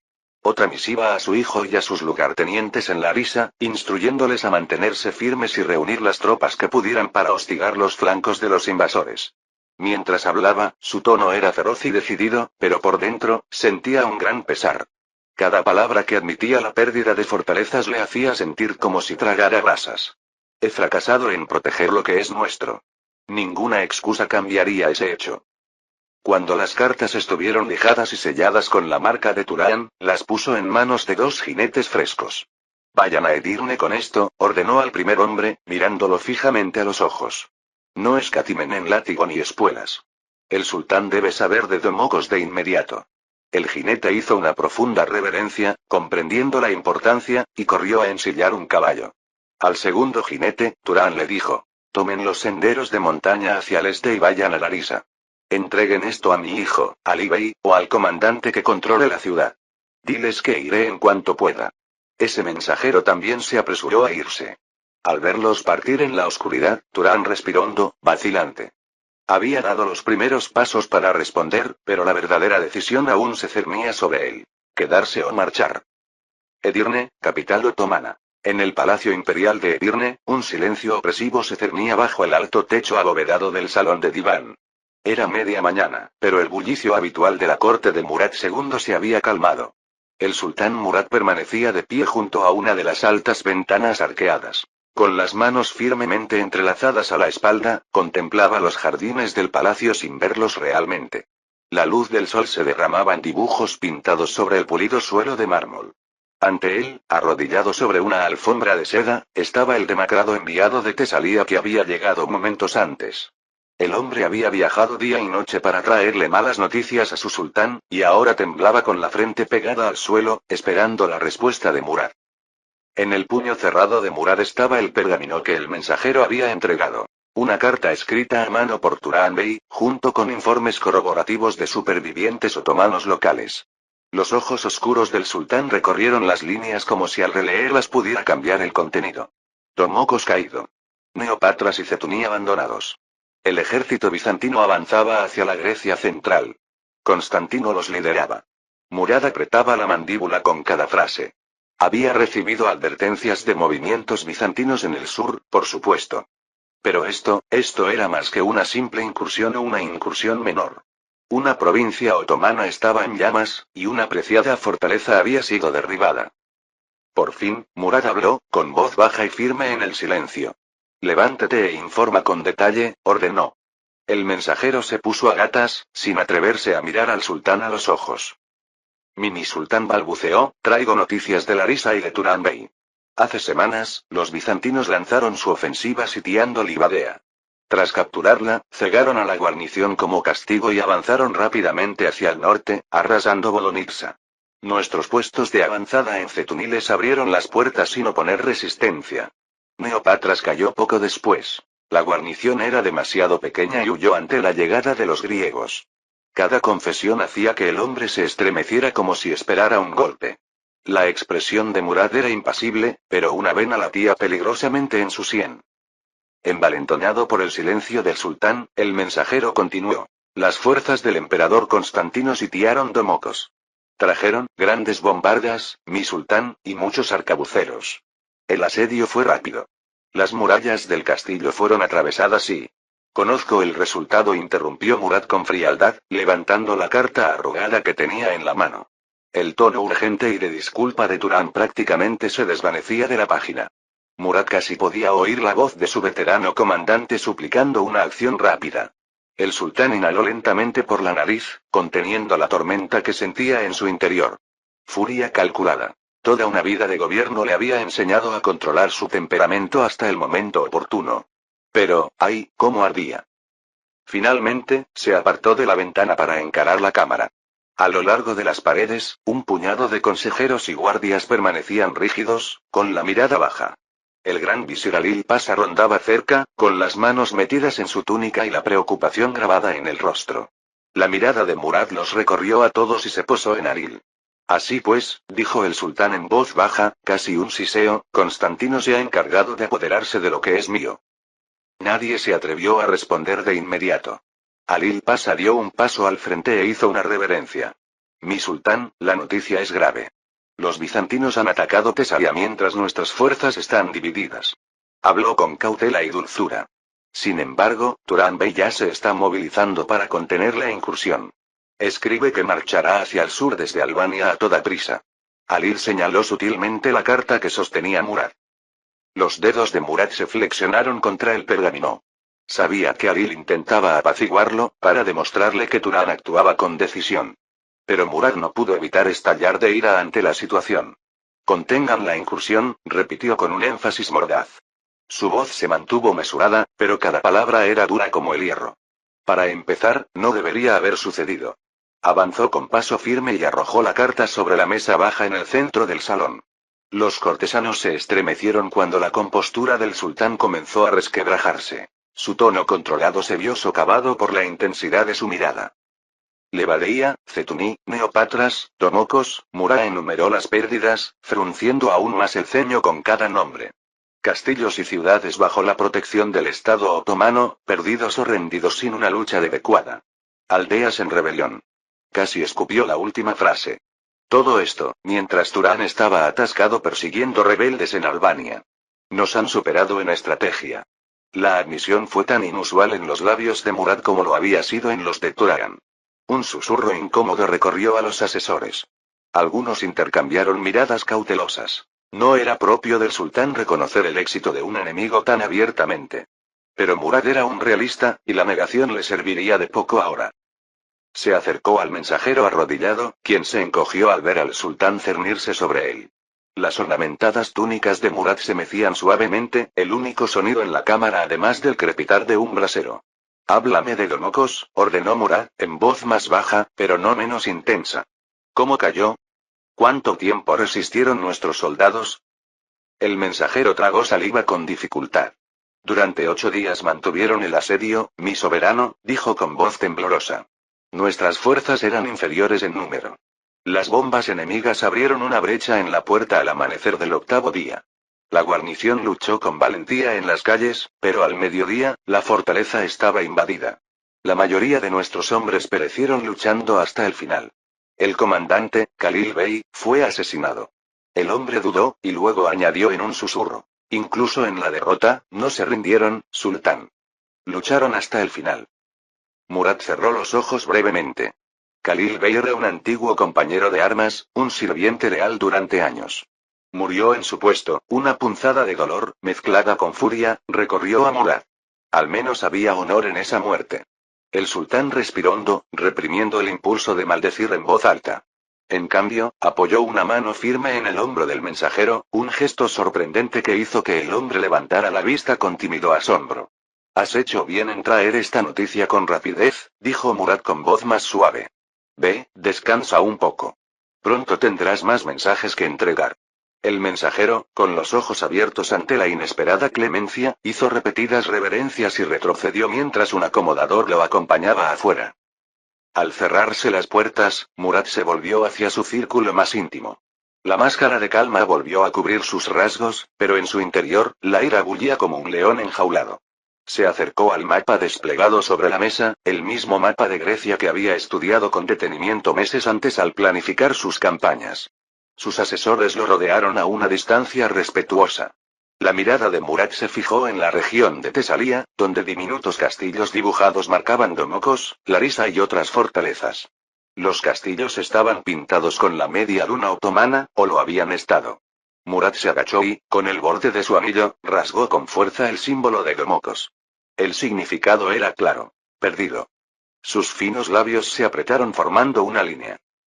Durante un largo instante, el sultán no dijo nada. Solo el crepitar del brasero y el leve roce de la seda que Alil producía al cambiar de postura rompieron el silencio. Por fin, Murad habló en voz baja y controlada, dirigiéndose a su consejo. Este Constantino se ha vuelto ambicioso. Mientras nosotros estamos ocupados en otros lugares, pretende arrebatarnos tierras que conquistamos hace décadas. Señaló el mapa donde se había producido el avance bizantino. Se aprovecha de nuestra distracción con Albania. Astuto, sin duda. No creía que los griegos fueran capaces de traspasar sus preciadas murallas con tanta audacia. Parece que ha tenido cierto éxito, aventuró Zaganos Pasa, un general más joven que se encontraba entre el círculo.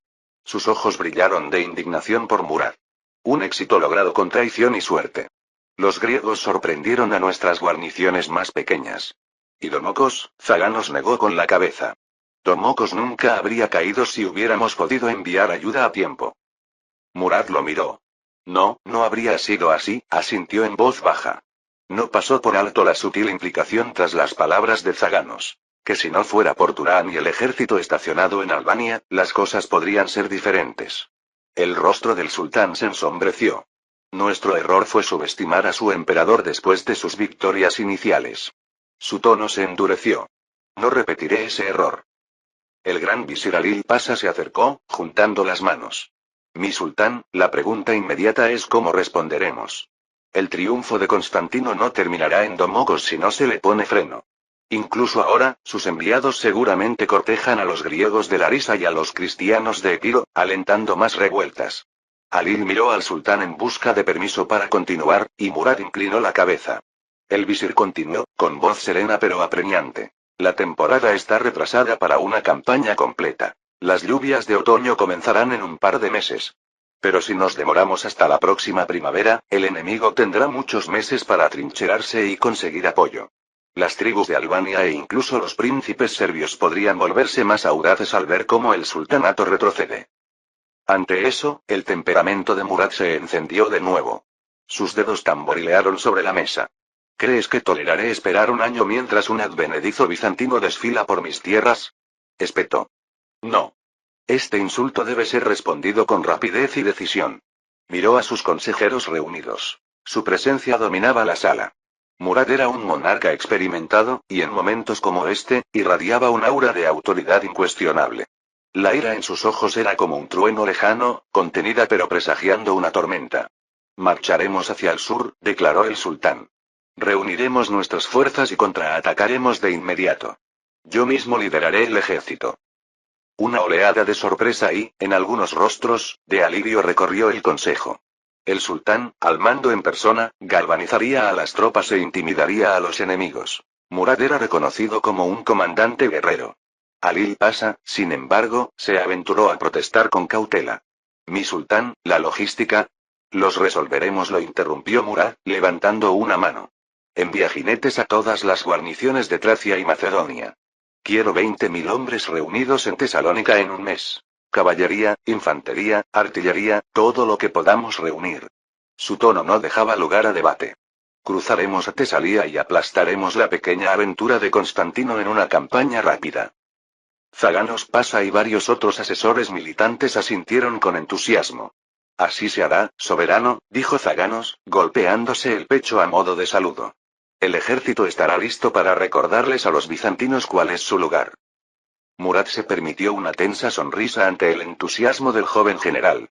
Luego, su mirada volvió a Alil, quien aún parecía preocupado.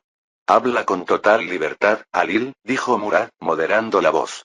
Valoraba el consejo del gran visir, aunque a veces su cautela le impacientaba. Alil inclinó la cabeza. Sultán, nadie duda de la necesidad de recuperar Tesalía. Pero debemos considerar todos los frentes. Si atraemos tantas fuerzas al sur, los húngaros o los vasallos de Anatolia podrían percibir una oportunidad. ¿Y la revuelta albanesa? Murad entrecerró los ojos levemente. No me malinterprete, visir. He sopesado estos riesgos. Pero un sultán que duda mientras las provincias de su imperio caen ante rebeldes y advenedizos bizantinos pronto encontrará chacales a su puerta por todos lados. Debemos mostrar fuerza ahora cuando nuestros enemigos esperan debilidad. Cada palabra salió mesurada y firme. En su pecho, Murad sintió consolidarse la ardiente convicción de su decisión. De hecho, incluso más allá de la necesidad estratégica, había un elemento personal que no podía negar: el orgullo. Su orgullo como padisá de los otomanos había sido herido. Constantino Paleólogo había avergonzado a sus ejércitos, desafiado su autoridad y osado reclamar tierras que habían estado bajo la sombra del sultán durante mucho tiempo. Eso no podía quedar sin respuesta. Uno de los pachas mayores, Karaka Bey, se acarició pensativo su barba blanca. El sultán dice la verdad. Este Constantino ha avivado un fuego que se extenderá si no se extingue. El honor del imperio está en juego. Debemos recordarles a los griegos por qué incluso sus amigos occidentales susurran el nombre de Murad con respeto y temor. Algunos otros murmuraron su acuerdo. Murad apoyó ambas manos sobre la mesa, inclinándose sobre el mapa. Sintió cómo la energía de la sala cambiaba, cómo la determinación se aglutinaba en torno a su voluntad. Su ira seguía allí, enroscada como una víbora, pero ahora la dirigía con determinación. Quiero que envíen mensajeros a Bursa y Konya, dijo, mirando a otro ayudante. Reúnan a 5000 de nuestra caballería timariota de Anatolia para reforzarnos. Y ordenen que envíen más pólvora y munición para las bombardas. Si los bizantinos quieren jugar a las artes de asedio, les corresponderemos. Imaginó los cañones pesados retumbando por las llanuras hacia las fortalezas recapturadas, listos para destrozarlas en represalia. Sí, mi sultán, respondió con astucia el ayudante, apresurándose a preparar las órdenes. Alil Pasha finalmente inclinó la cabeza, accediendo al plan. Se hará tu voluntad, soberano. Me encargaré del aprovisionamiento y la coordinación de inmediato. A pesar de su vacilación inicial, el gran visir actuó con determinación y eficiencia. Él también comprendía la necesidad. Al comenzar el frenético frenesí de los preparativos, Murad se enderezó y se apartó de la mesa. Su mirada se desvió hacia arriba, hacia un gran estandarte que colgaba en la pared. La tugra de la casa de Osman, blasonada con hilo dorado. Bajo ese emblema del poderío otomano, los fuertes rasgos de Murad se perfilaban con determinación. Constantino cree que sus victorias lo fortalecen, dijo en voz alta, no para nadie en particular, sino para que todos lo oyeran. Aprenderá que solo han sellado su destino. Las palabras del sultán flotaban en el aire, cargadas de promesas. Murad ya podía imaginar la campaña. Sus estandartes desplegados en la marcha hacia el sur, el estruendo de los cascos en las llanuras, la huida despavorida de quienes hacía poco habían estado celebrando en Domocos. De repente, se dio cuenta de que su mano derecha debía estado apoyada en el pomo de su espada. La gran cimitarra que le habían regalado años atrás, con la empuñadura incrustada de rubíes. Murad ni siquiera se había dado cuenta de que la estaba agarrando. La soltó lentamente y se volvió hacia Lil una vez más. Envía una respuesta a Turan Bey, ordenó. Reconoce su mensaje. Dile que el sultán marcha para unirse a él y que debe presionar al enemigo desde el oeste mientras nosotros venimos desde el este. Atrapamos a las fuerzas de Constantino como un martillo y un yunque. Murad se permitió una leve sonrisa. Y dile a Turán, que debe reclamar su honor en Tesalía. Espero que haga que los infieles se arrepientan de haber traspasado sus murallas. Alil hizo una profunda reverencia. Enseguida, mi sultán. Hizo un gesto a un escriba para que empezara a redactar la respuesta. El mensaje de Murad era claro. A Turán se le perdonaría su revés solo si contribuía a subsanarlo. No había margen para más fracasos. Ni para Turán, ni para nadie. Capítulo 75. De vuelta en Domocos, el ejército de Constantino solo tuvo un breve momento para saborear la victoria antes de enfrentarse a nuevas amenazas.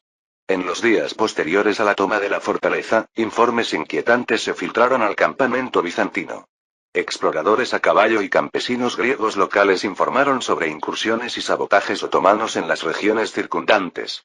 Al amparo de la oscuridad, bandas de caballería enemiga a 15 probablemente enviadas por Turán o gobernadores otomanos locales habían rodeado el avance bizantino.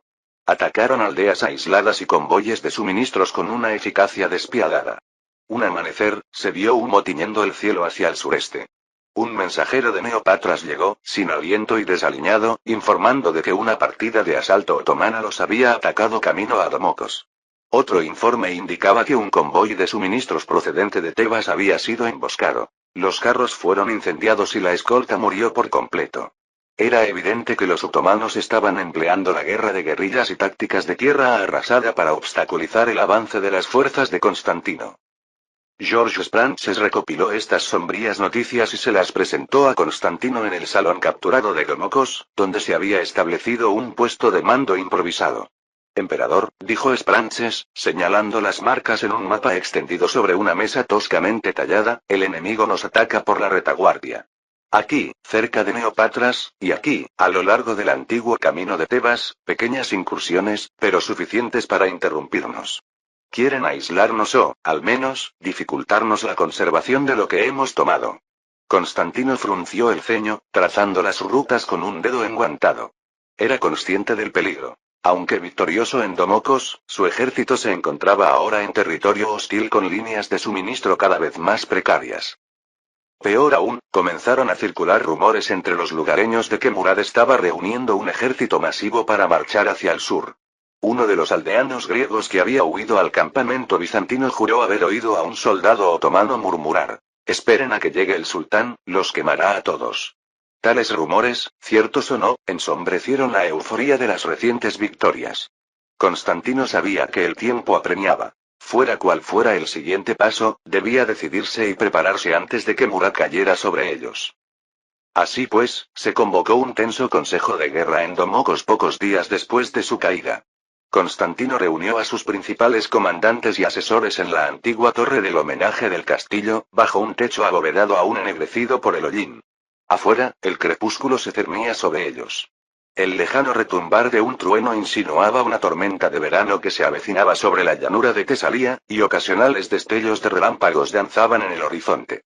En la cámara, una lámpara de aceite proyectaba largas sombras sobre los rostros sentados a la mesa. Constantino a la cabeza, flanqueado por George Sprances, el capitán Andreas y el déspota Tomás. También estaban presentes algunos otros oficiales, pero el tema central de la discusión giraba en torno a los 4 primeros.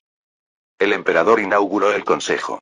«Hermanos y amigos», comenzó con tono mesurado, «nos encontramos en una encrucijada. Por la gracia de Dios y nuestro sudor, controlamos Livadeia, Bogonitsa, Cetuni, Neopatras y ahora Domocos. Nunca en la historia reciente nuestro estandarte había ondeado sobre tanta Grecia. Nuestra estrategia se desarrolló exactamente como estaba previsto. Gracias a la ocupación de Turán Bey en Albania, hasta ahora hemos ejecutado una campaña rápida y decisiva». Hizo una pausa pensativa, examinando con la mirada cada rostro alrededor de la mesa. «Pero también sabemos que el enemigo no descansará. Murad vendrá, con furia. La pregunta es, ¿qué hacemos ahora? ¿Seguimos avanzando mientras tenemos impulso? ¿O aseguramos y fortificamos lo que hemos tomado y nos preparamos para su contraataque?» La mirada de Constantino se agudizó, enfatizando la gravedad del momento. «Quiero tu consejo sincero». Tomás fue el primero en hablar, sin poder contenerse. Se levantó del taburete, con una mano apoyada instintivamente en el pomo de su espada, mientras decía con vehemencia: «Debemos avanzar hacia Larisa, hermano. Directo al corazón de Tesalía». Señaló al norte, en dirección a la gran llanura invisible tras la oscura ventana. «Cada día que nos demoramos le da tiempo a Murad para recuperar fuerzas. Ahora mismo, gran parte de Tesalía yace expuesta y temblorosa. Si marchamos rápido, podríamos tomar Larisa y quizás incluso partes de Macedonia antes de que todo el peso de las huestes otomanas caiga sobre nosotros. Imaginen tomar Larisa, una ciudad rica y la capital regional otomana. Su caída debilitaría su control sobre Grecia y uniría aún más griegos a nuestra causa». El rostro juvenil de Tomás estaba sonrojado. «Sí, nuestros hombres están cansados, pero inspirados por la victoria. Los lugareños están con nosotros. Otro golpe audaz ahora, mientras tenemos la iniciativa, podría marcar la diferencia entre una incursión efímera y una verdadera restauración de nuestras tierras». Entonces reconoció los riesgos, agitando la mano con impaciencia, como para ahuyentarlos. «Murad acabará llegando, sí.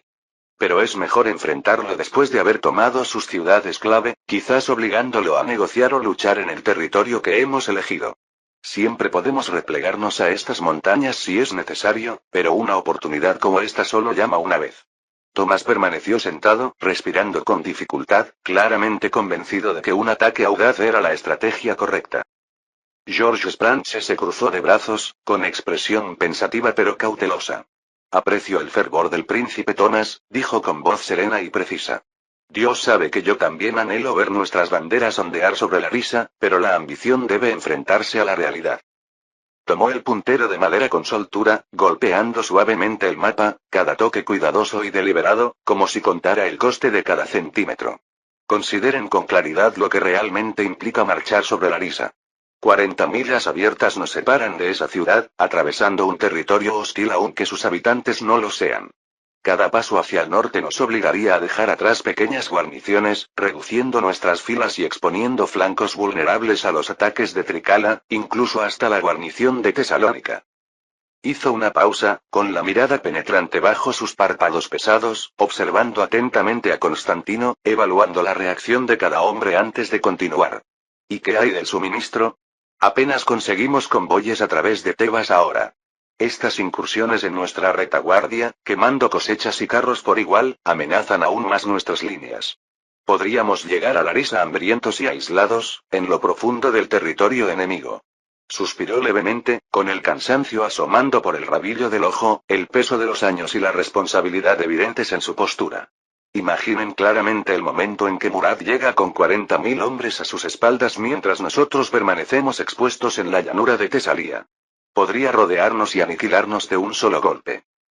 George extendió las manos, con el pragmatismo profundamente grabado en su expresión. Mi consejo es prudencia. Consolidad.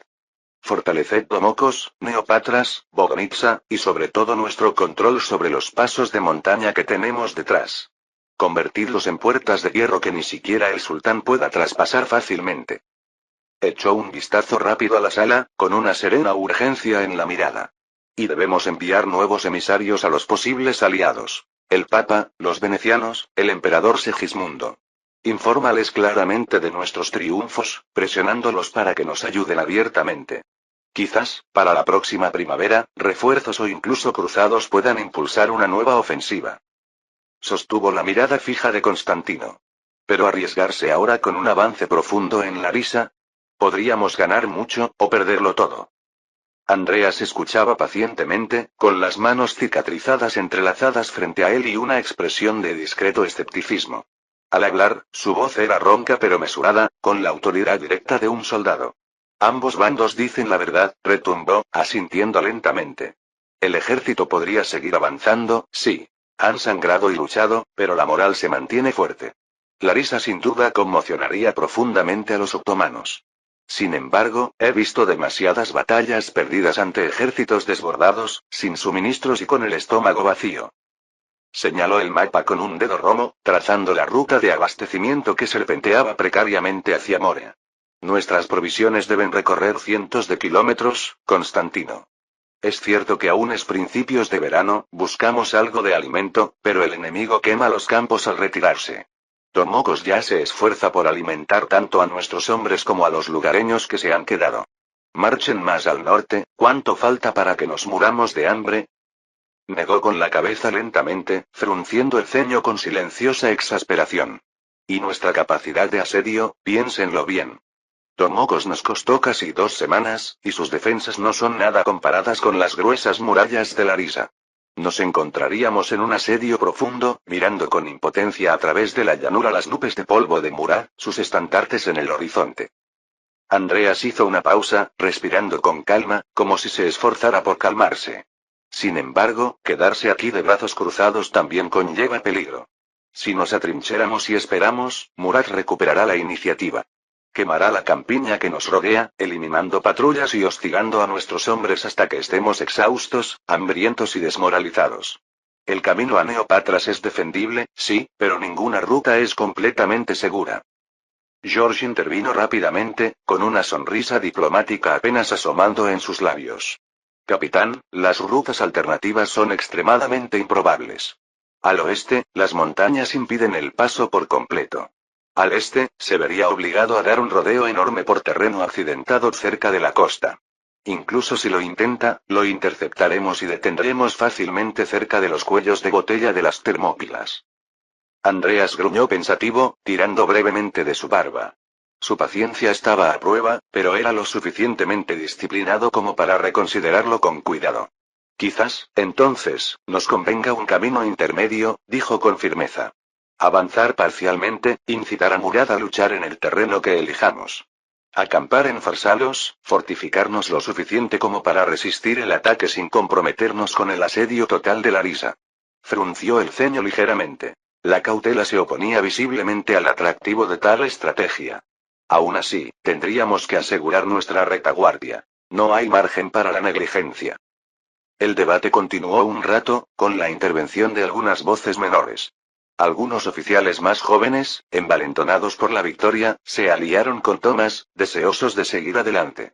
Otros, cansados de la guerra y conscientes del formidable sultán, coincidieron con Spranches en la importancia de la cautela.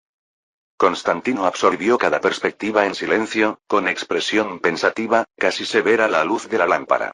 En su corazón, sentía el mismo anhelo ardiente que Tomás. Este era el momento con el que había soñado. Recuperar las provincias perdidas del imperio, ciudad por ciudad. Qué dulce sería entrar triunfante en Larisa. Sin embargo, su mente, agudizada quizás por la extraña doble visión de un hombre fuera de tiempo, sopesó los fríos hechos que Spranches y Andreas exponían. Finalmente, el emperador levantó la mano y la cámara quedó en silencio. Solo el sordo retumbar del trueno exterior llenó la pausa. Amigos míos, dijo Constantino en voz baja, sopesando cada palabra con cuidado, he escuchado sus consejos y se los agradezco. Todos hablan con honestidad, por amor a nuestra causa y a nuestro pueblo. Se puso de pie, caminando lentamente. Las espuelas gastadas de sus botas tintineaban levemente contra el suelo de piedra. Su rostro estaba ensombrecido, pensativo, las arrugas alrededor de sus ojos delataban fatiga. La valentía nos trajo aquí. Sin ella, nunca habríamos llegado a Domocos. Por esa osadía, Tomás, y cada hombre que cargó con él, merece elogios. Dudó, mirando brevemente a Tomás, luego continuó, con la voz áspera por la gravedad de la decisión. Pero la cautela nos mantuvo con vida. Sin las provisiones de George, la mirada aguda y el temple de Andreas, muchos de los que ahora están a nuestro lado yacerían bajo tierra. Las victorias ganadas con temeridad se pierden pronto. Constantino se giró hacia una estrecha rendija, con la mirada fija brevemente en los relámpagos lejanos, crudos e impredecibles, que cruzaban el horizonte. Su voz se redujo casi a un murmullo, hablando medio para sí mismo, medio para la tormenta que se avecinaba. Esta tormenta ya se acerca. Murad está cobrando fuerza y azotará con estruendo. Tenemos que decidir, y pronto, cómo capearla. Constantino se enfrentó al consejo una vez más. Si nos precipitamos a Larisa, puede que conquistemos más territorio, pero ¿podremos mantenerlo bajo la tormenta? Si nos quedamos aquí, conservaremos lo que tenemos, pero le devolveremos la iniciativa a Murad. Miró el mapa y trazó una línea a lo largo de las colinas que bordeaban Farsalos. Quizás la opción intermedia del capitán Andreas sea la más sensata. Avanzar, pero no demasiado lejos, lo justo para obligar a Murad a luchar en el terreno que elijamos, no en un asedio a la ciudad. Podríamos elegir un terreno favorable para nuestras picas y cañones. Señaló la proximidad de Farsalos en el mapa. Si fortificamos un campamento allí, también cubriríamos los caminos del este hacia Belestino. Mientras tanto, enviamos un mensaje urgente a nuestros posibles aliados. Su simple preparación podría inmovilizar a algunas fuerzas otomanas. George Spranches intervino respetuosamente. Majestad, si nos movemos hacia Farsalos, estaríamos a medio camino de Larisa de todos modos. Eso no podría satisfacer ninguno de los dos objetivos por completo, podríamos estar demasiado adelantados para retirarnos fácilmente a Domocos o Neopatras si nos abrumaban, pero no lo suficiente como para negarle al enemigo Larisa como base. Constantino asintió. Cierto. Es una apuesta. Pero la guerra rara vez está exenta de apuestas. Tomás añadió. Si llegamos tan lejos, ¿por qué no llegar hasta el final? Tomar Larisa antes de que llegue Murad y luego reunirnos con él fuera de sus murallas. Tendríamos los suministros de la ciudad. Andreas replicó. La guarnición de Larisa podría retrasarnos lo suficiente como para que Murad nos alcance durante el asedio. En el peor de los casos.